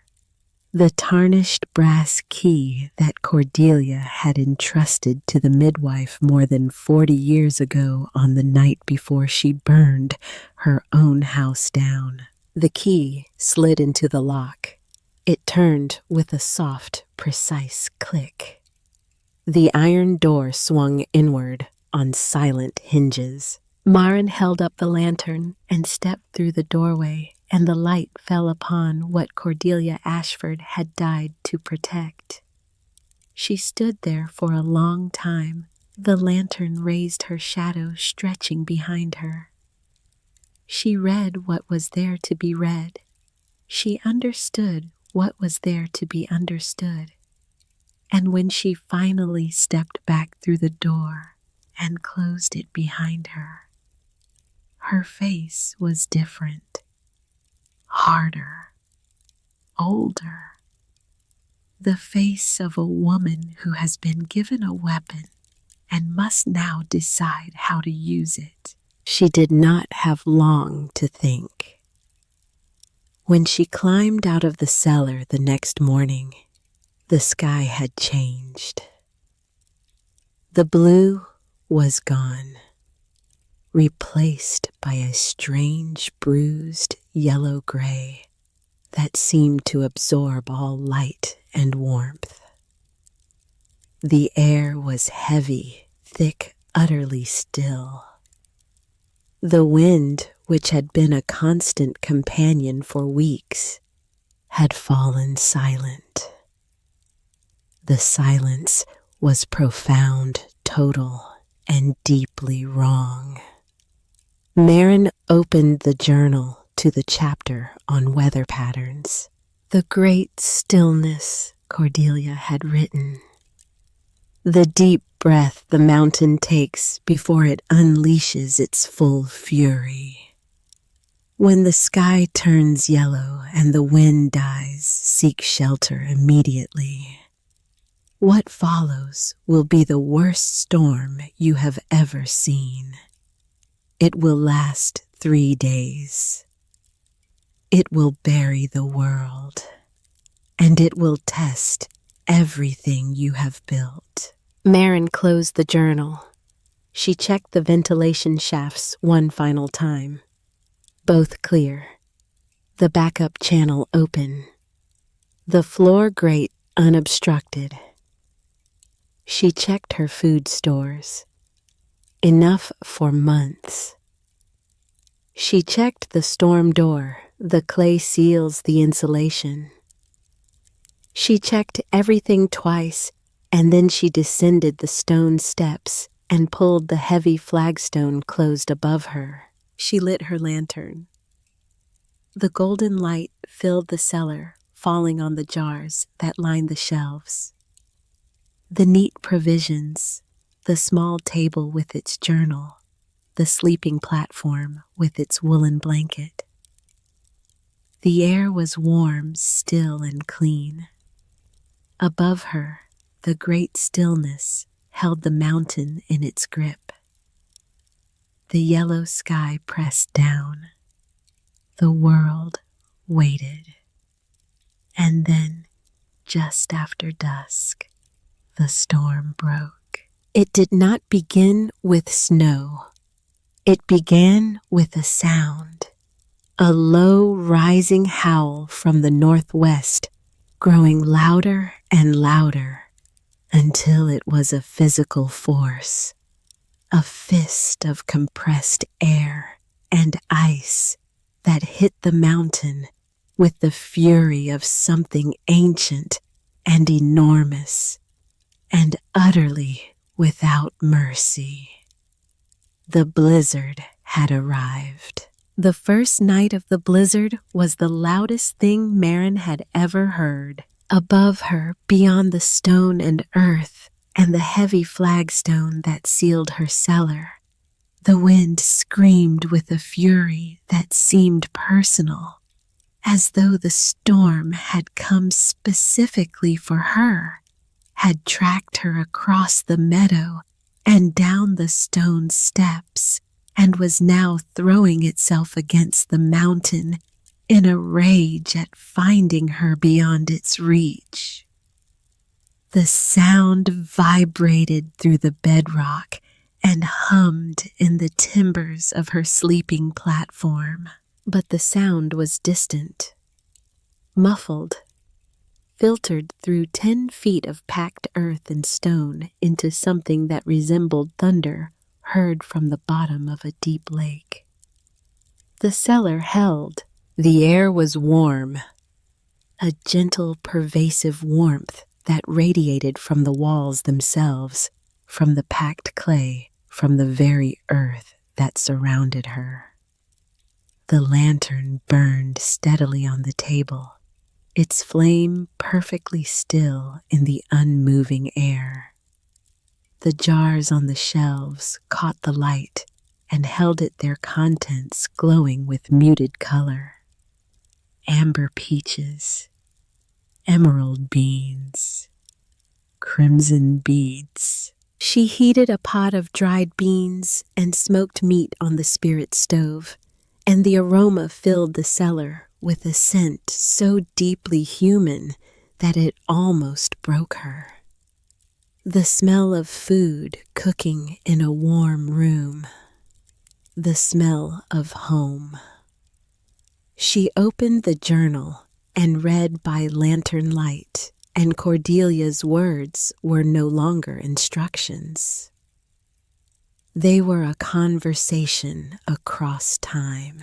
"The world will praise the fire that consumes," Cordelia had written. "It will celebrate the force that breaks and the power that dominates. But the earth operates by a different principle. It does not fight. It absorbs. It does not shout. It remembers. Listen to the earth. Its strength is in its silence. Its power is in its patience." Marin read those words, and she thought of Judge Harlan Coulter in his fine house 10 miles away, and 1,000 feet below feeding logs into his cast iron stove, believing that the louder the fire burned, the safer he was. In Bitter Ridge, the answer to how he was doing was badly. The storm had hit the town at dusk the same moment it struck the mountain, but the town was not prepared for what came. The people of Bitter Ridge understood winter. They had lived through hard seasons, lean months, nights when the temperature dropped low enough to crack stone. They knew how to bank a fire, how to seal a window. They were not amateurs, but this storm was different from anything they had known. The wind did not gust. It sustained. A continuous blast from the northwest that found every weakness in every structure, every unchinked log, every poorly fitted window frame. It drove the snow horizontally, packing it against walls and doors with the force of a mason laying bricks. Within 3 hours, the windward walls of every building in town were coated in a layer of compressed snow so dense that the timbers behind them began to groan. The temperature dropped to 30 below zero and kept falling. In the homes of Bitter Ridge families fed their stoves with increasing desperation. The cast iron stoves that were the pride of every household devoured wood at a rate no one had anticipated. They were designed for cold nights, not for the sustained, relentless assault of a once-in-a-generation blizzard. The stoves burned hot, but they burned fast, and the heat they produced was immediately attacked by the cold air that found 100 invisible paths into every room. Wood piles that had been calculated to last until spring began to shrink at a terrifying pace. By midnight of the first night, families were rationing. By dawn of the second day, they were burning furniture. Judge Harlan Coulter sat in his house, the largest and finest in Bitter Ridge, and he watched his certainties collapse one by one. His house was well built by the standards of the territory. Thick log walls, a shingled roof, glass windows imported from Denver, a brand new cast iron stove purchased that autumn at considerable expense. It was the house of a man who believed in the power of money and materials, who believed that comfort could be purchased and security could be built. The stove consumed wood like a furnace. By midnight, he had burned through what should have been 2 days' supply. The heat it produced was fierce, but localized a zone of scorching warmth within arm's reach, and then beyond that zone, nothing. The cold owned the rest of the house. It flowed across the floor in invisible rivers, pooled in the corners, climbed the walls. The glass windows, his pride, were sheets of ice on the inside, conducting the cold directly into the room. He stuffed rags into the cracks. He hung blankets over the doorways. He pushed his chair closer to the stove until the heat reddened his face, while his back remained frozen. Nothing worked. By the second night, a section of the roof over the parlor began to sag under the accumulated snow.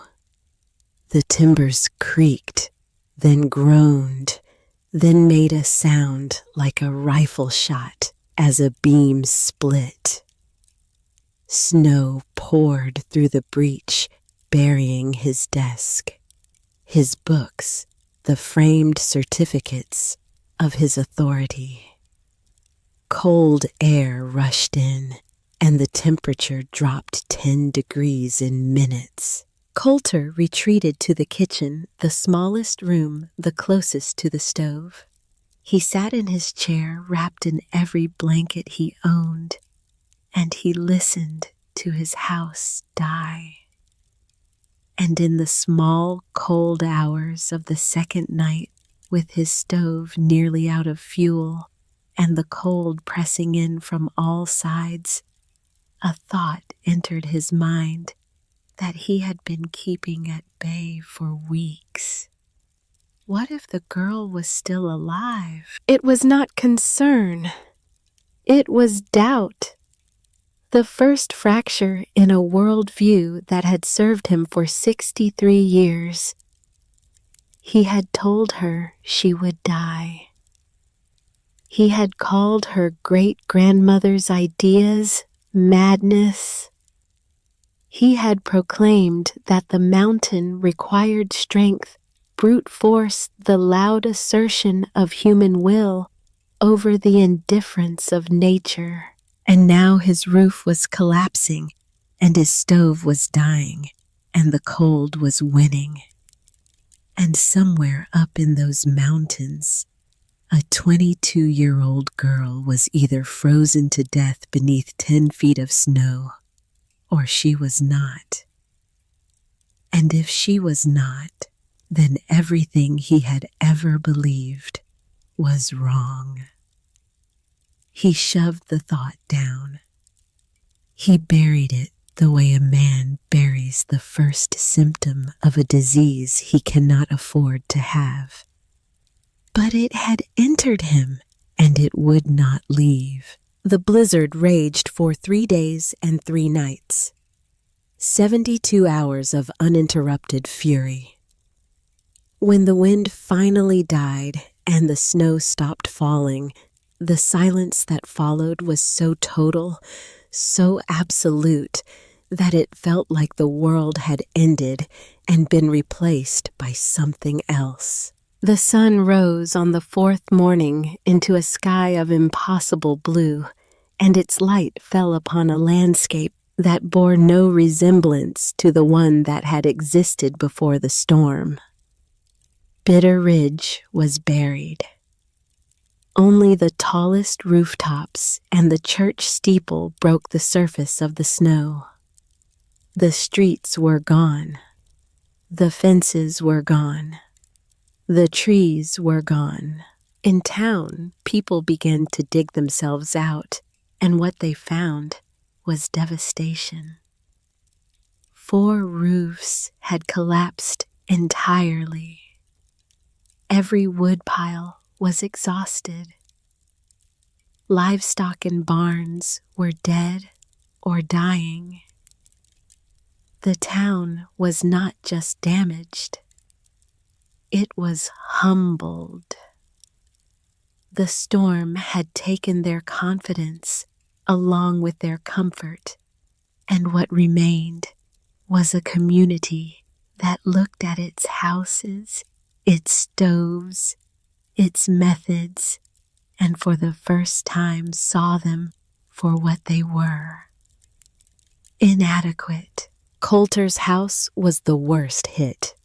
The entire parlor roof had collapsed, and the kitchen was so cold that ice had formed on the inside of the walls.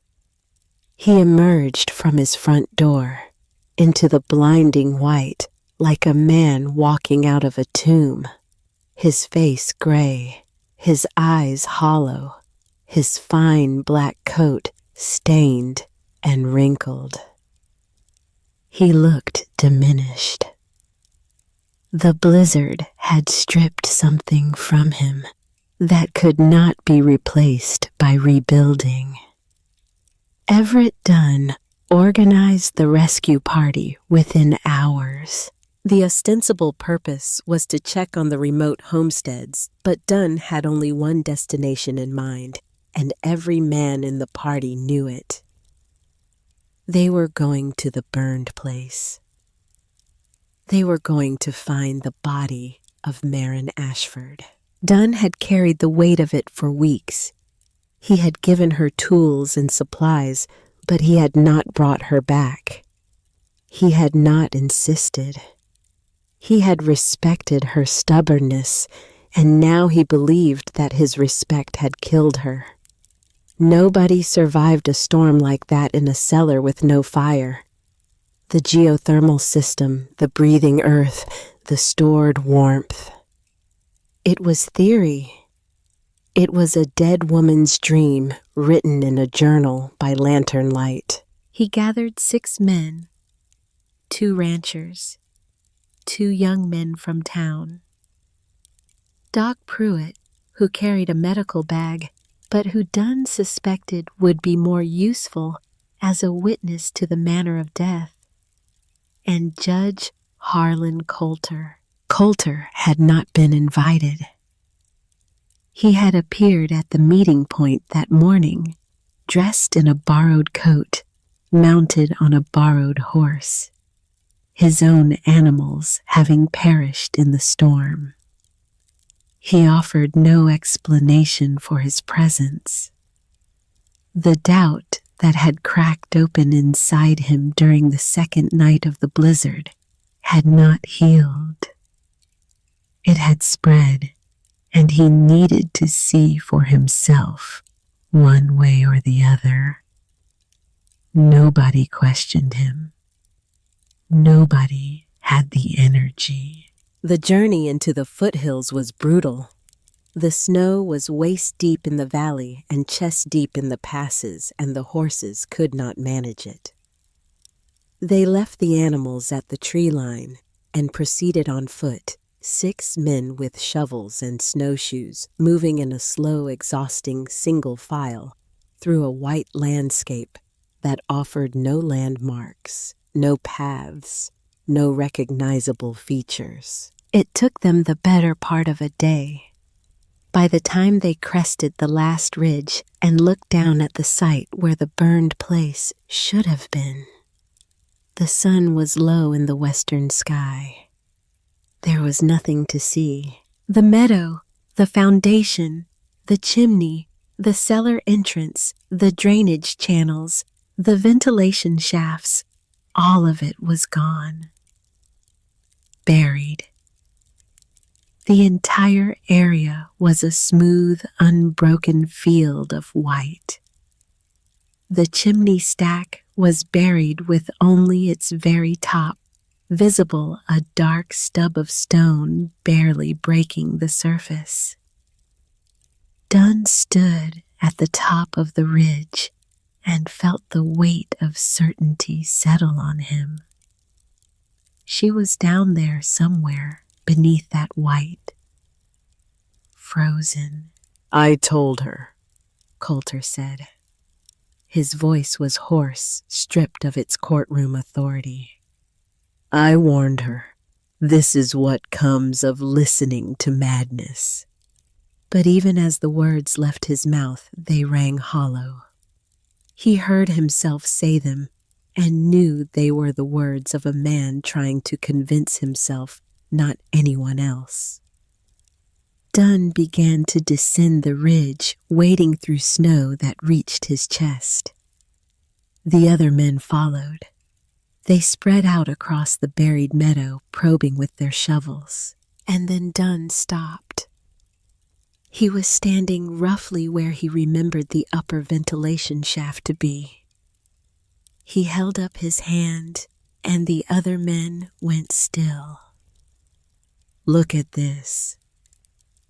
They gathered around him, and they saw what he saw, and none of them could explain it. A thin plume of vapor was rising from a small hole in the snow. Not smoke. There was no smell of burning. It was steam. Warm, moist air rising from somewhere below the surface, melting the snow around the opening and creating a small, perfectly round tunnel through the white. The vapor rose in a lazy, continuous curl, like the breath of something alive and patient. Dunn put his bare hand over the opening and jerked it back. The air was warm. "Over here," one of the ranchers called. He was standing 50 yards away at the spot where the chimney broke the surface. The snow around the chimney top had melted in a perfect circle, 3 feet in diameter, revealing the dark stone. The warmth radiating from below had kept the area clear throughout the entire blizzard. Dunn felt a surge in his chest that seized his heart and shook it. Dig, he said. Dig where the entrance was. Now. He led them to the spot where he remembered the cellar entrance, and they began to dig. 6 men with shovels working in a frenzy of desperate, silent effort, throwing snow behind them in great white arcs. They dug down through compacted snow as hard as packed earth. 20 minutes, 30, 45. The hole deepened, 4 feet, 6 feet, 8. 1 hour after they began, a shovel struck wood. The sound was sharp and unmistakable, the hollow ring of a blade hitting heavy timber. Dunn dropped to his knees and cleared the remaining snow with his bare hands, and he uncovered the top of her storm door. Intact, sealed, unbroken. He pounded on the door with his fist. "Marin, can you hear me?" Silence. He pounded again, harder. "Marin Ashford, are you alive?" Silence. And then, from somewhere below, faint but unmistakable, the sound of a wooden bar being lifted. The scrape of metal on stone. The grinding of the heavy door moving in its frame. The storm door opened, and a wave of warm air rose from the darkness below. It hit the men like a physical force, carrying the scent of lamp oil and cooked food and earth, the smell of a place that had been warm and safe while the world above it tried to destroy itself. And Marin Ashford stood in the doorway. She was not frostbitten. She was not emaciated. She stood on the top step of her stone staircase, holding her lantern, and she looked up at the 6 men standing in the snow with an expression of calm, composed readiness. Her cheeks held color. Her eyes were clear. She was wearing a simple cotton shirt, no coat, no shawl, no gloves. In the middle of a frozen wasteland 10 feet below the surface. She was warm. The men stared. They stared the way men stare at a river running uphill or a stone floating in air. They were looking at the impossible, and the impossible was looking back at them with steady brown eyes and a lantern in her hand. Doc Pruitt was the first to speak. "Good God," he breathed. "She is alive." Dunn could not speak at all. He stood at the edge of the excavation with the shovel hanging loose in his hand, and a slow, wide smile spread across his weathered face. The smile of a man who has been proven wrong in the best possible way. Coulter pushed forward. He stumbled through the snow to the edge of the hole and looked down at her.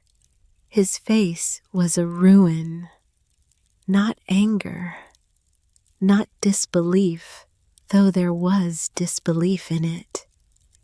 It was the expression of a man watching the central pillar of his life crack and begin to fall. "How?" The word came out of him like air, leaving a punctured lung. "How is this possible? There is no fire. There is no stove. There is nothing." Marin looked at the man who had tried to take her land, who had sent his son to survey it for seizure, who carried the legacy of a father who had driven her great-grandmother to her death. She looked at him, and she felt unexpectedly a quiet pity. The small, involuntary kind that comes when you watch a man discover that the foundation of his life is hollow. "There is a fire, Judge Coulter," she said. Her voice was clear and steady, carrying in the profound silence of the snow-covered world. "It is just a very old and very patient one." She gestured to the earth around them, to the ground beneath their feet. "The earth remembers the summer. That is all. And my great-grandmother was wise enough to build a house that listened." Nobody spoke. The 6 men stood in the snow, the cold biting at their faces, the warm air from Marin's cellar washing over them. What argument could you mount against a woman standing in a cotton shirt in the middle of a frozen wasteland, warm and fed and alive, while the town behind you lay in ruins? Dunn extended his hand and helped her up out of the excavation, and she stood in the snow and felt the cold on her skin for the first time in 3 days. She did not shiver. The warmth was still in her, stored in her body, the way the clay stored the sun, and it would be hours before the cold could reclaim her. The party returned to Bitter Ridge that evening, and the story traveled ahead of them. By the time they reached the town, every surviving resident was gathered at Dunn's General Store, which had become the community hall in the aftermath of the storm. They came for warmth, for news, for the simple comfort of being together after 3 days of isolation and fear. And they came because they had heard that the orphan girl from the burned place was alive, and they wanted to see the miracle with their own eyes. Marin entered Dunn's store and felt the weight of every gaze in the room. These were the people who had known about her all her life and had done nothing. The townspeople who had walked past the orphanage without looking up. They had not been cruel. They had simply been indifferent, which was its own kind of cruelty. Now they looked at her with something new, not pity, something closer to awe tinged with shame. Marin did not make a speech. She sat down at a table near the stove, accepted a cup of coffee from Dunn, and waited for the room to settle. Then she told them about the second room.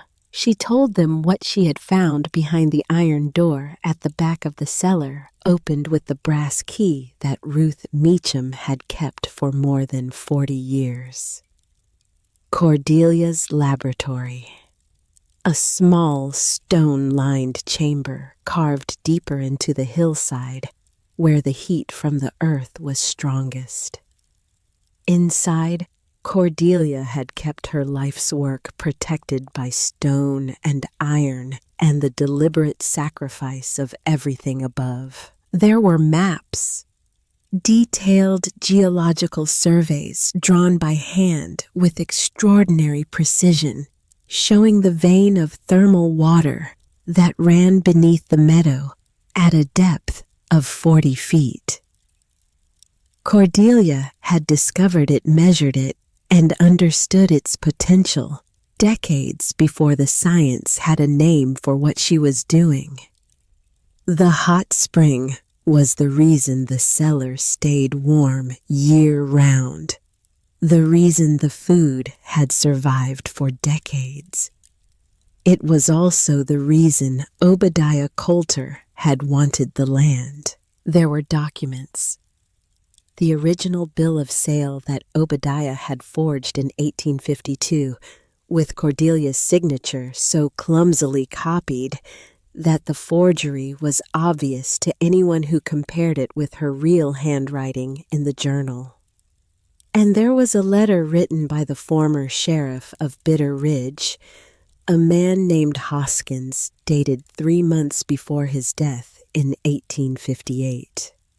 The letter was a confession. Hoskins wrote that he had been coerced by Obadiah Coulter into witnessing the forged bill of sale, that he had been threatened with the loss of his position, and that the guilt had poisoned every day of his life since. Marin laid these documents on the table, and the room was silent. The people of Bitter Ridge looked at the evidence, and they understood. Not just what Obadiah had done 40 years ago, but what Harlan Coulter had been trying to do now. The son continuing the father's crime, the same lie told again to the same end. But Marin did not look at Harlan when she laid out the evidence. She did not address him. Instead, she picked up the final item from the second room. A single sheet of paper folded once, written in Cordelia's hand. A letter addressed to no one by name, addressed to the future. To whoever finds this room, Marin read aloud, her voice steady. You have found the truth, but truth is a tool, not a weapon. I have seen what vengeance does. It consumed Obadiah Coulter. It consumed me. Do not let it consume you. Use this evidence to protect what is yours. Use it to be free, but do not use it to destroy another person, even one who has tried to destroy you. The earth does not take revenge on the winter. It simply waits and remembers and endures. Be like the earth. Marin folded the letter and placed it back on the table. She looked up, and her eyes found not Harlan Coulter, but Boyd.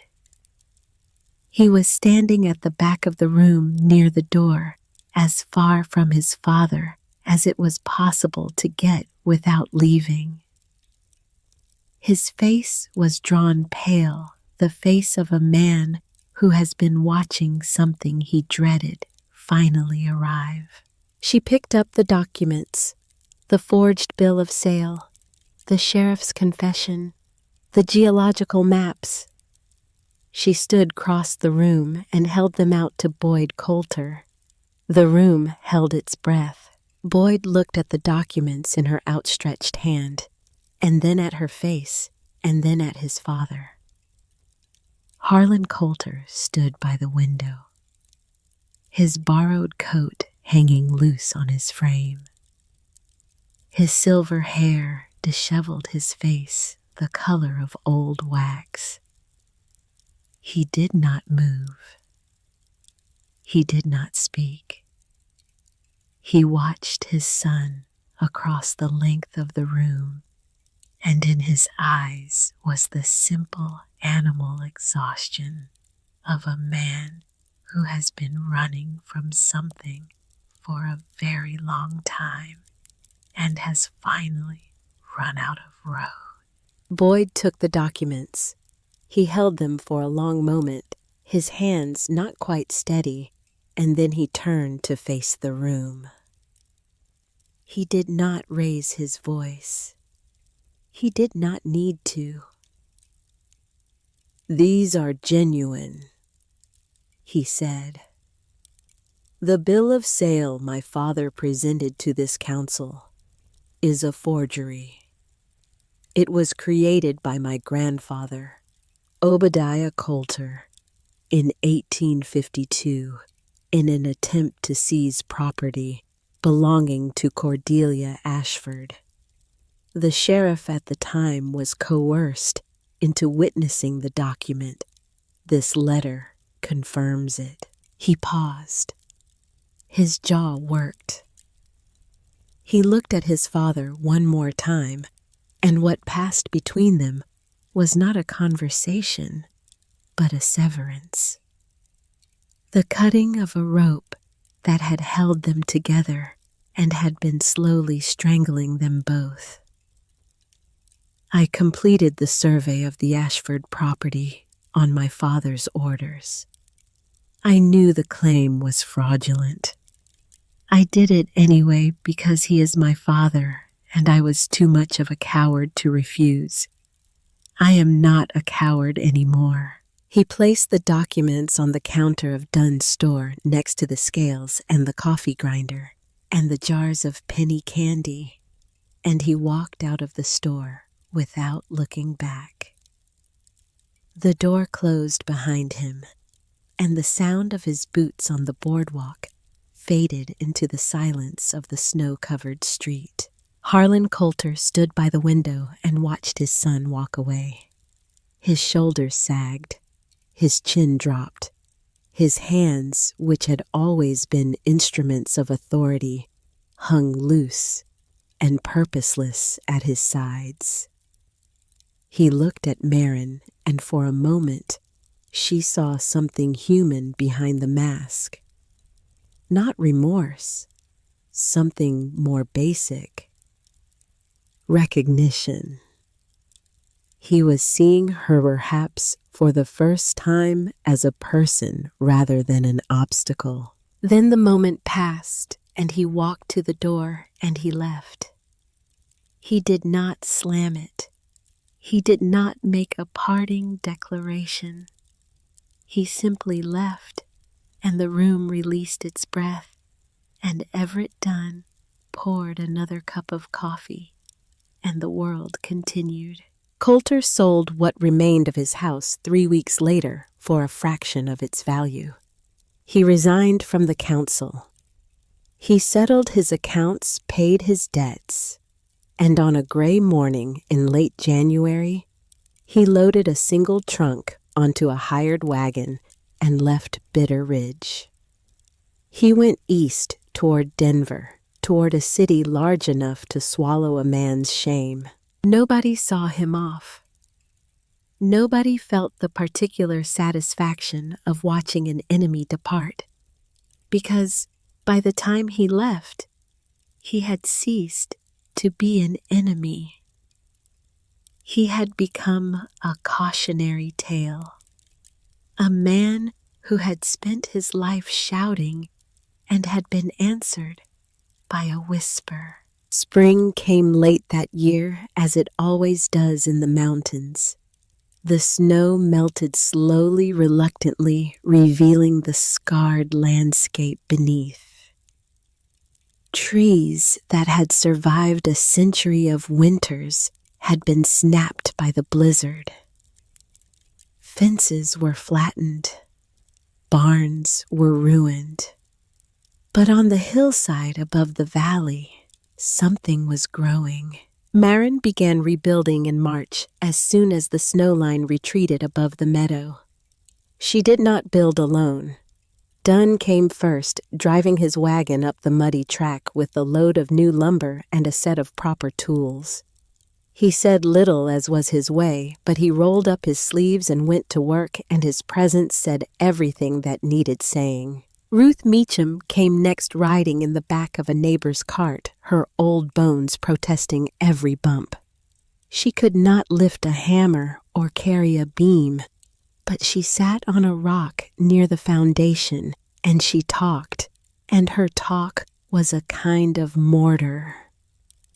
She told stories about Cordelia, about the woman she had known, about the quiet genius who had been dismissed as mad.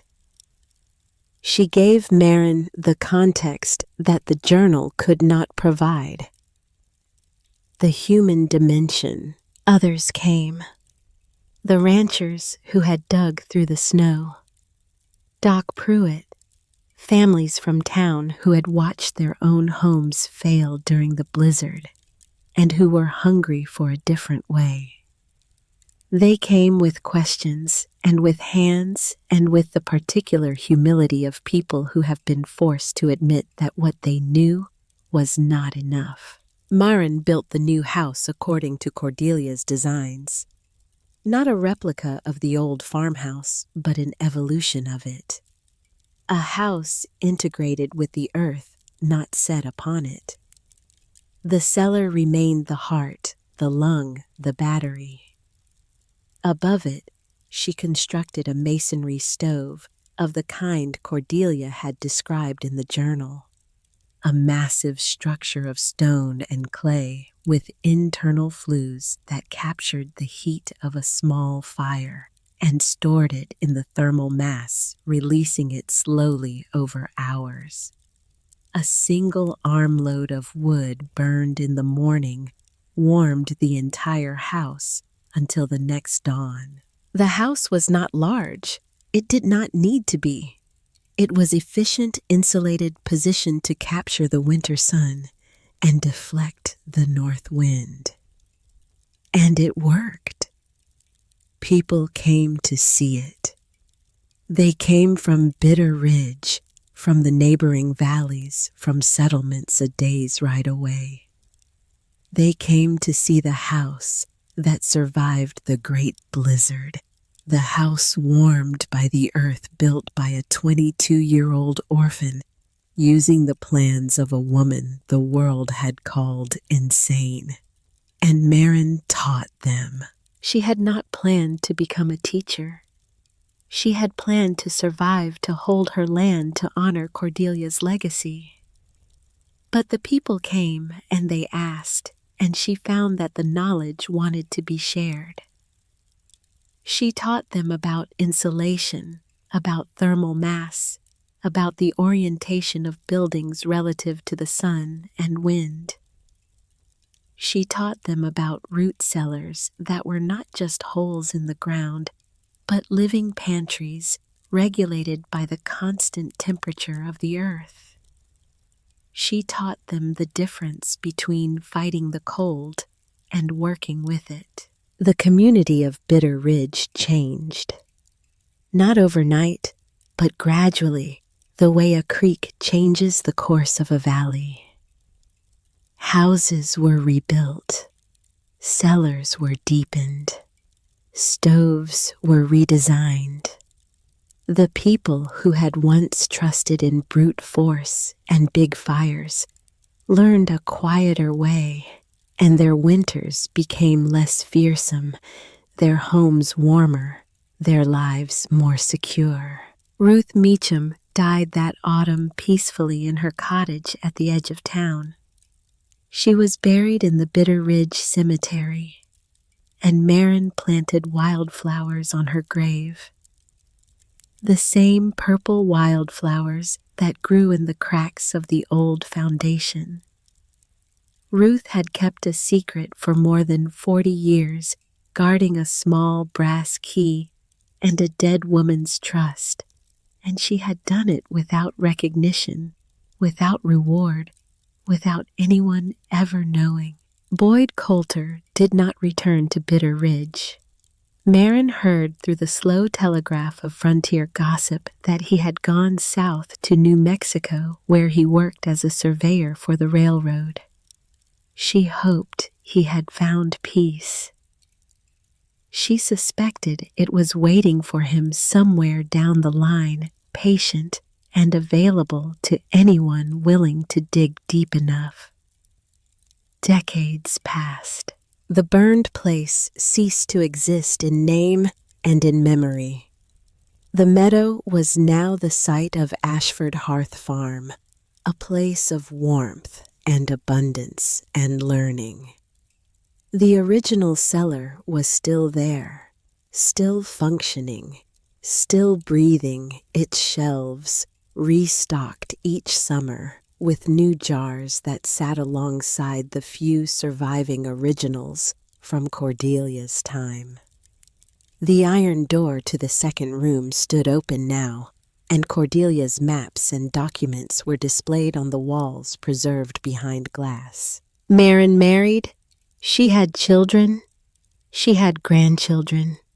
She grew old in the house she had built, and the house grew with her, expanding room by room, each addition following the principles Cordelia had laid down, and Marin had refined through decades of living and learning. On a warm evening in late summer, many years after the blizzard, Marin sat on the porch of her house and watched her grandchildren play in the meadow.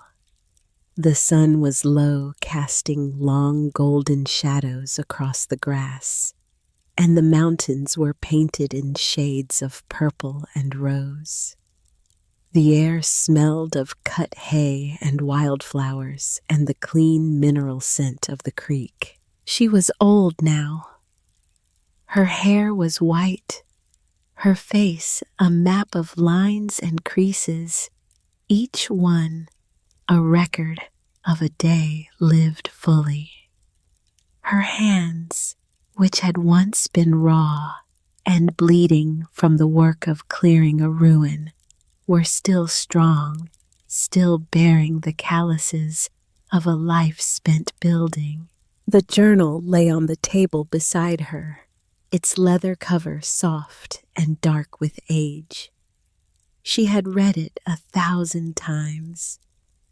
She knew every word, every diagram, every margin note, but she still opened it from time to time to a passage near the end that she had marked with a pressed wildflower, purple and dry and perfectly preserved.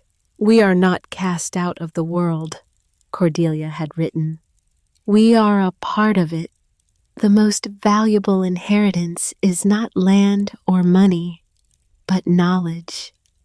And the most powerful force is not the fire that burns or the wind that destroys, but the quiet, patient memory of the earth, which holds the warmth of every summer in its heart and offers it freely to those with the wit to listen." Marin closed the journal and held it against her chest. She watched her grandchildren chase each other through the tall grass, their laughter carrying across the meadow like the sound of water over stones. The sun touched the peaks and began its slow descent, and the air cooled, and from somewhere beneath her feet, she felt it. The gentle current of warm air rising through the floor grate, the whisper that had saved her life, that had vindicated a dead woman's genius, that had taught an entire community to build and live and endure. She smiled. She closed her eyes and she listened.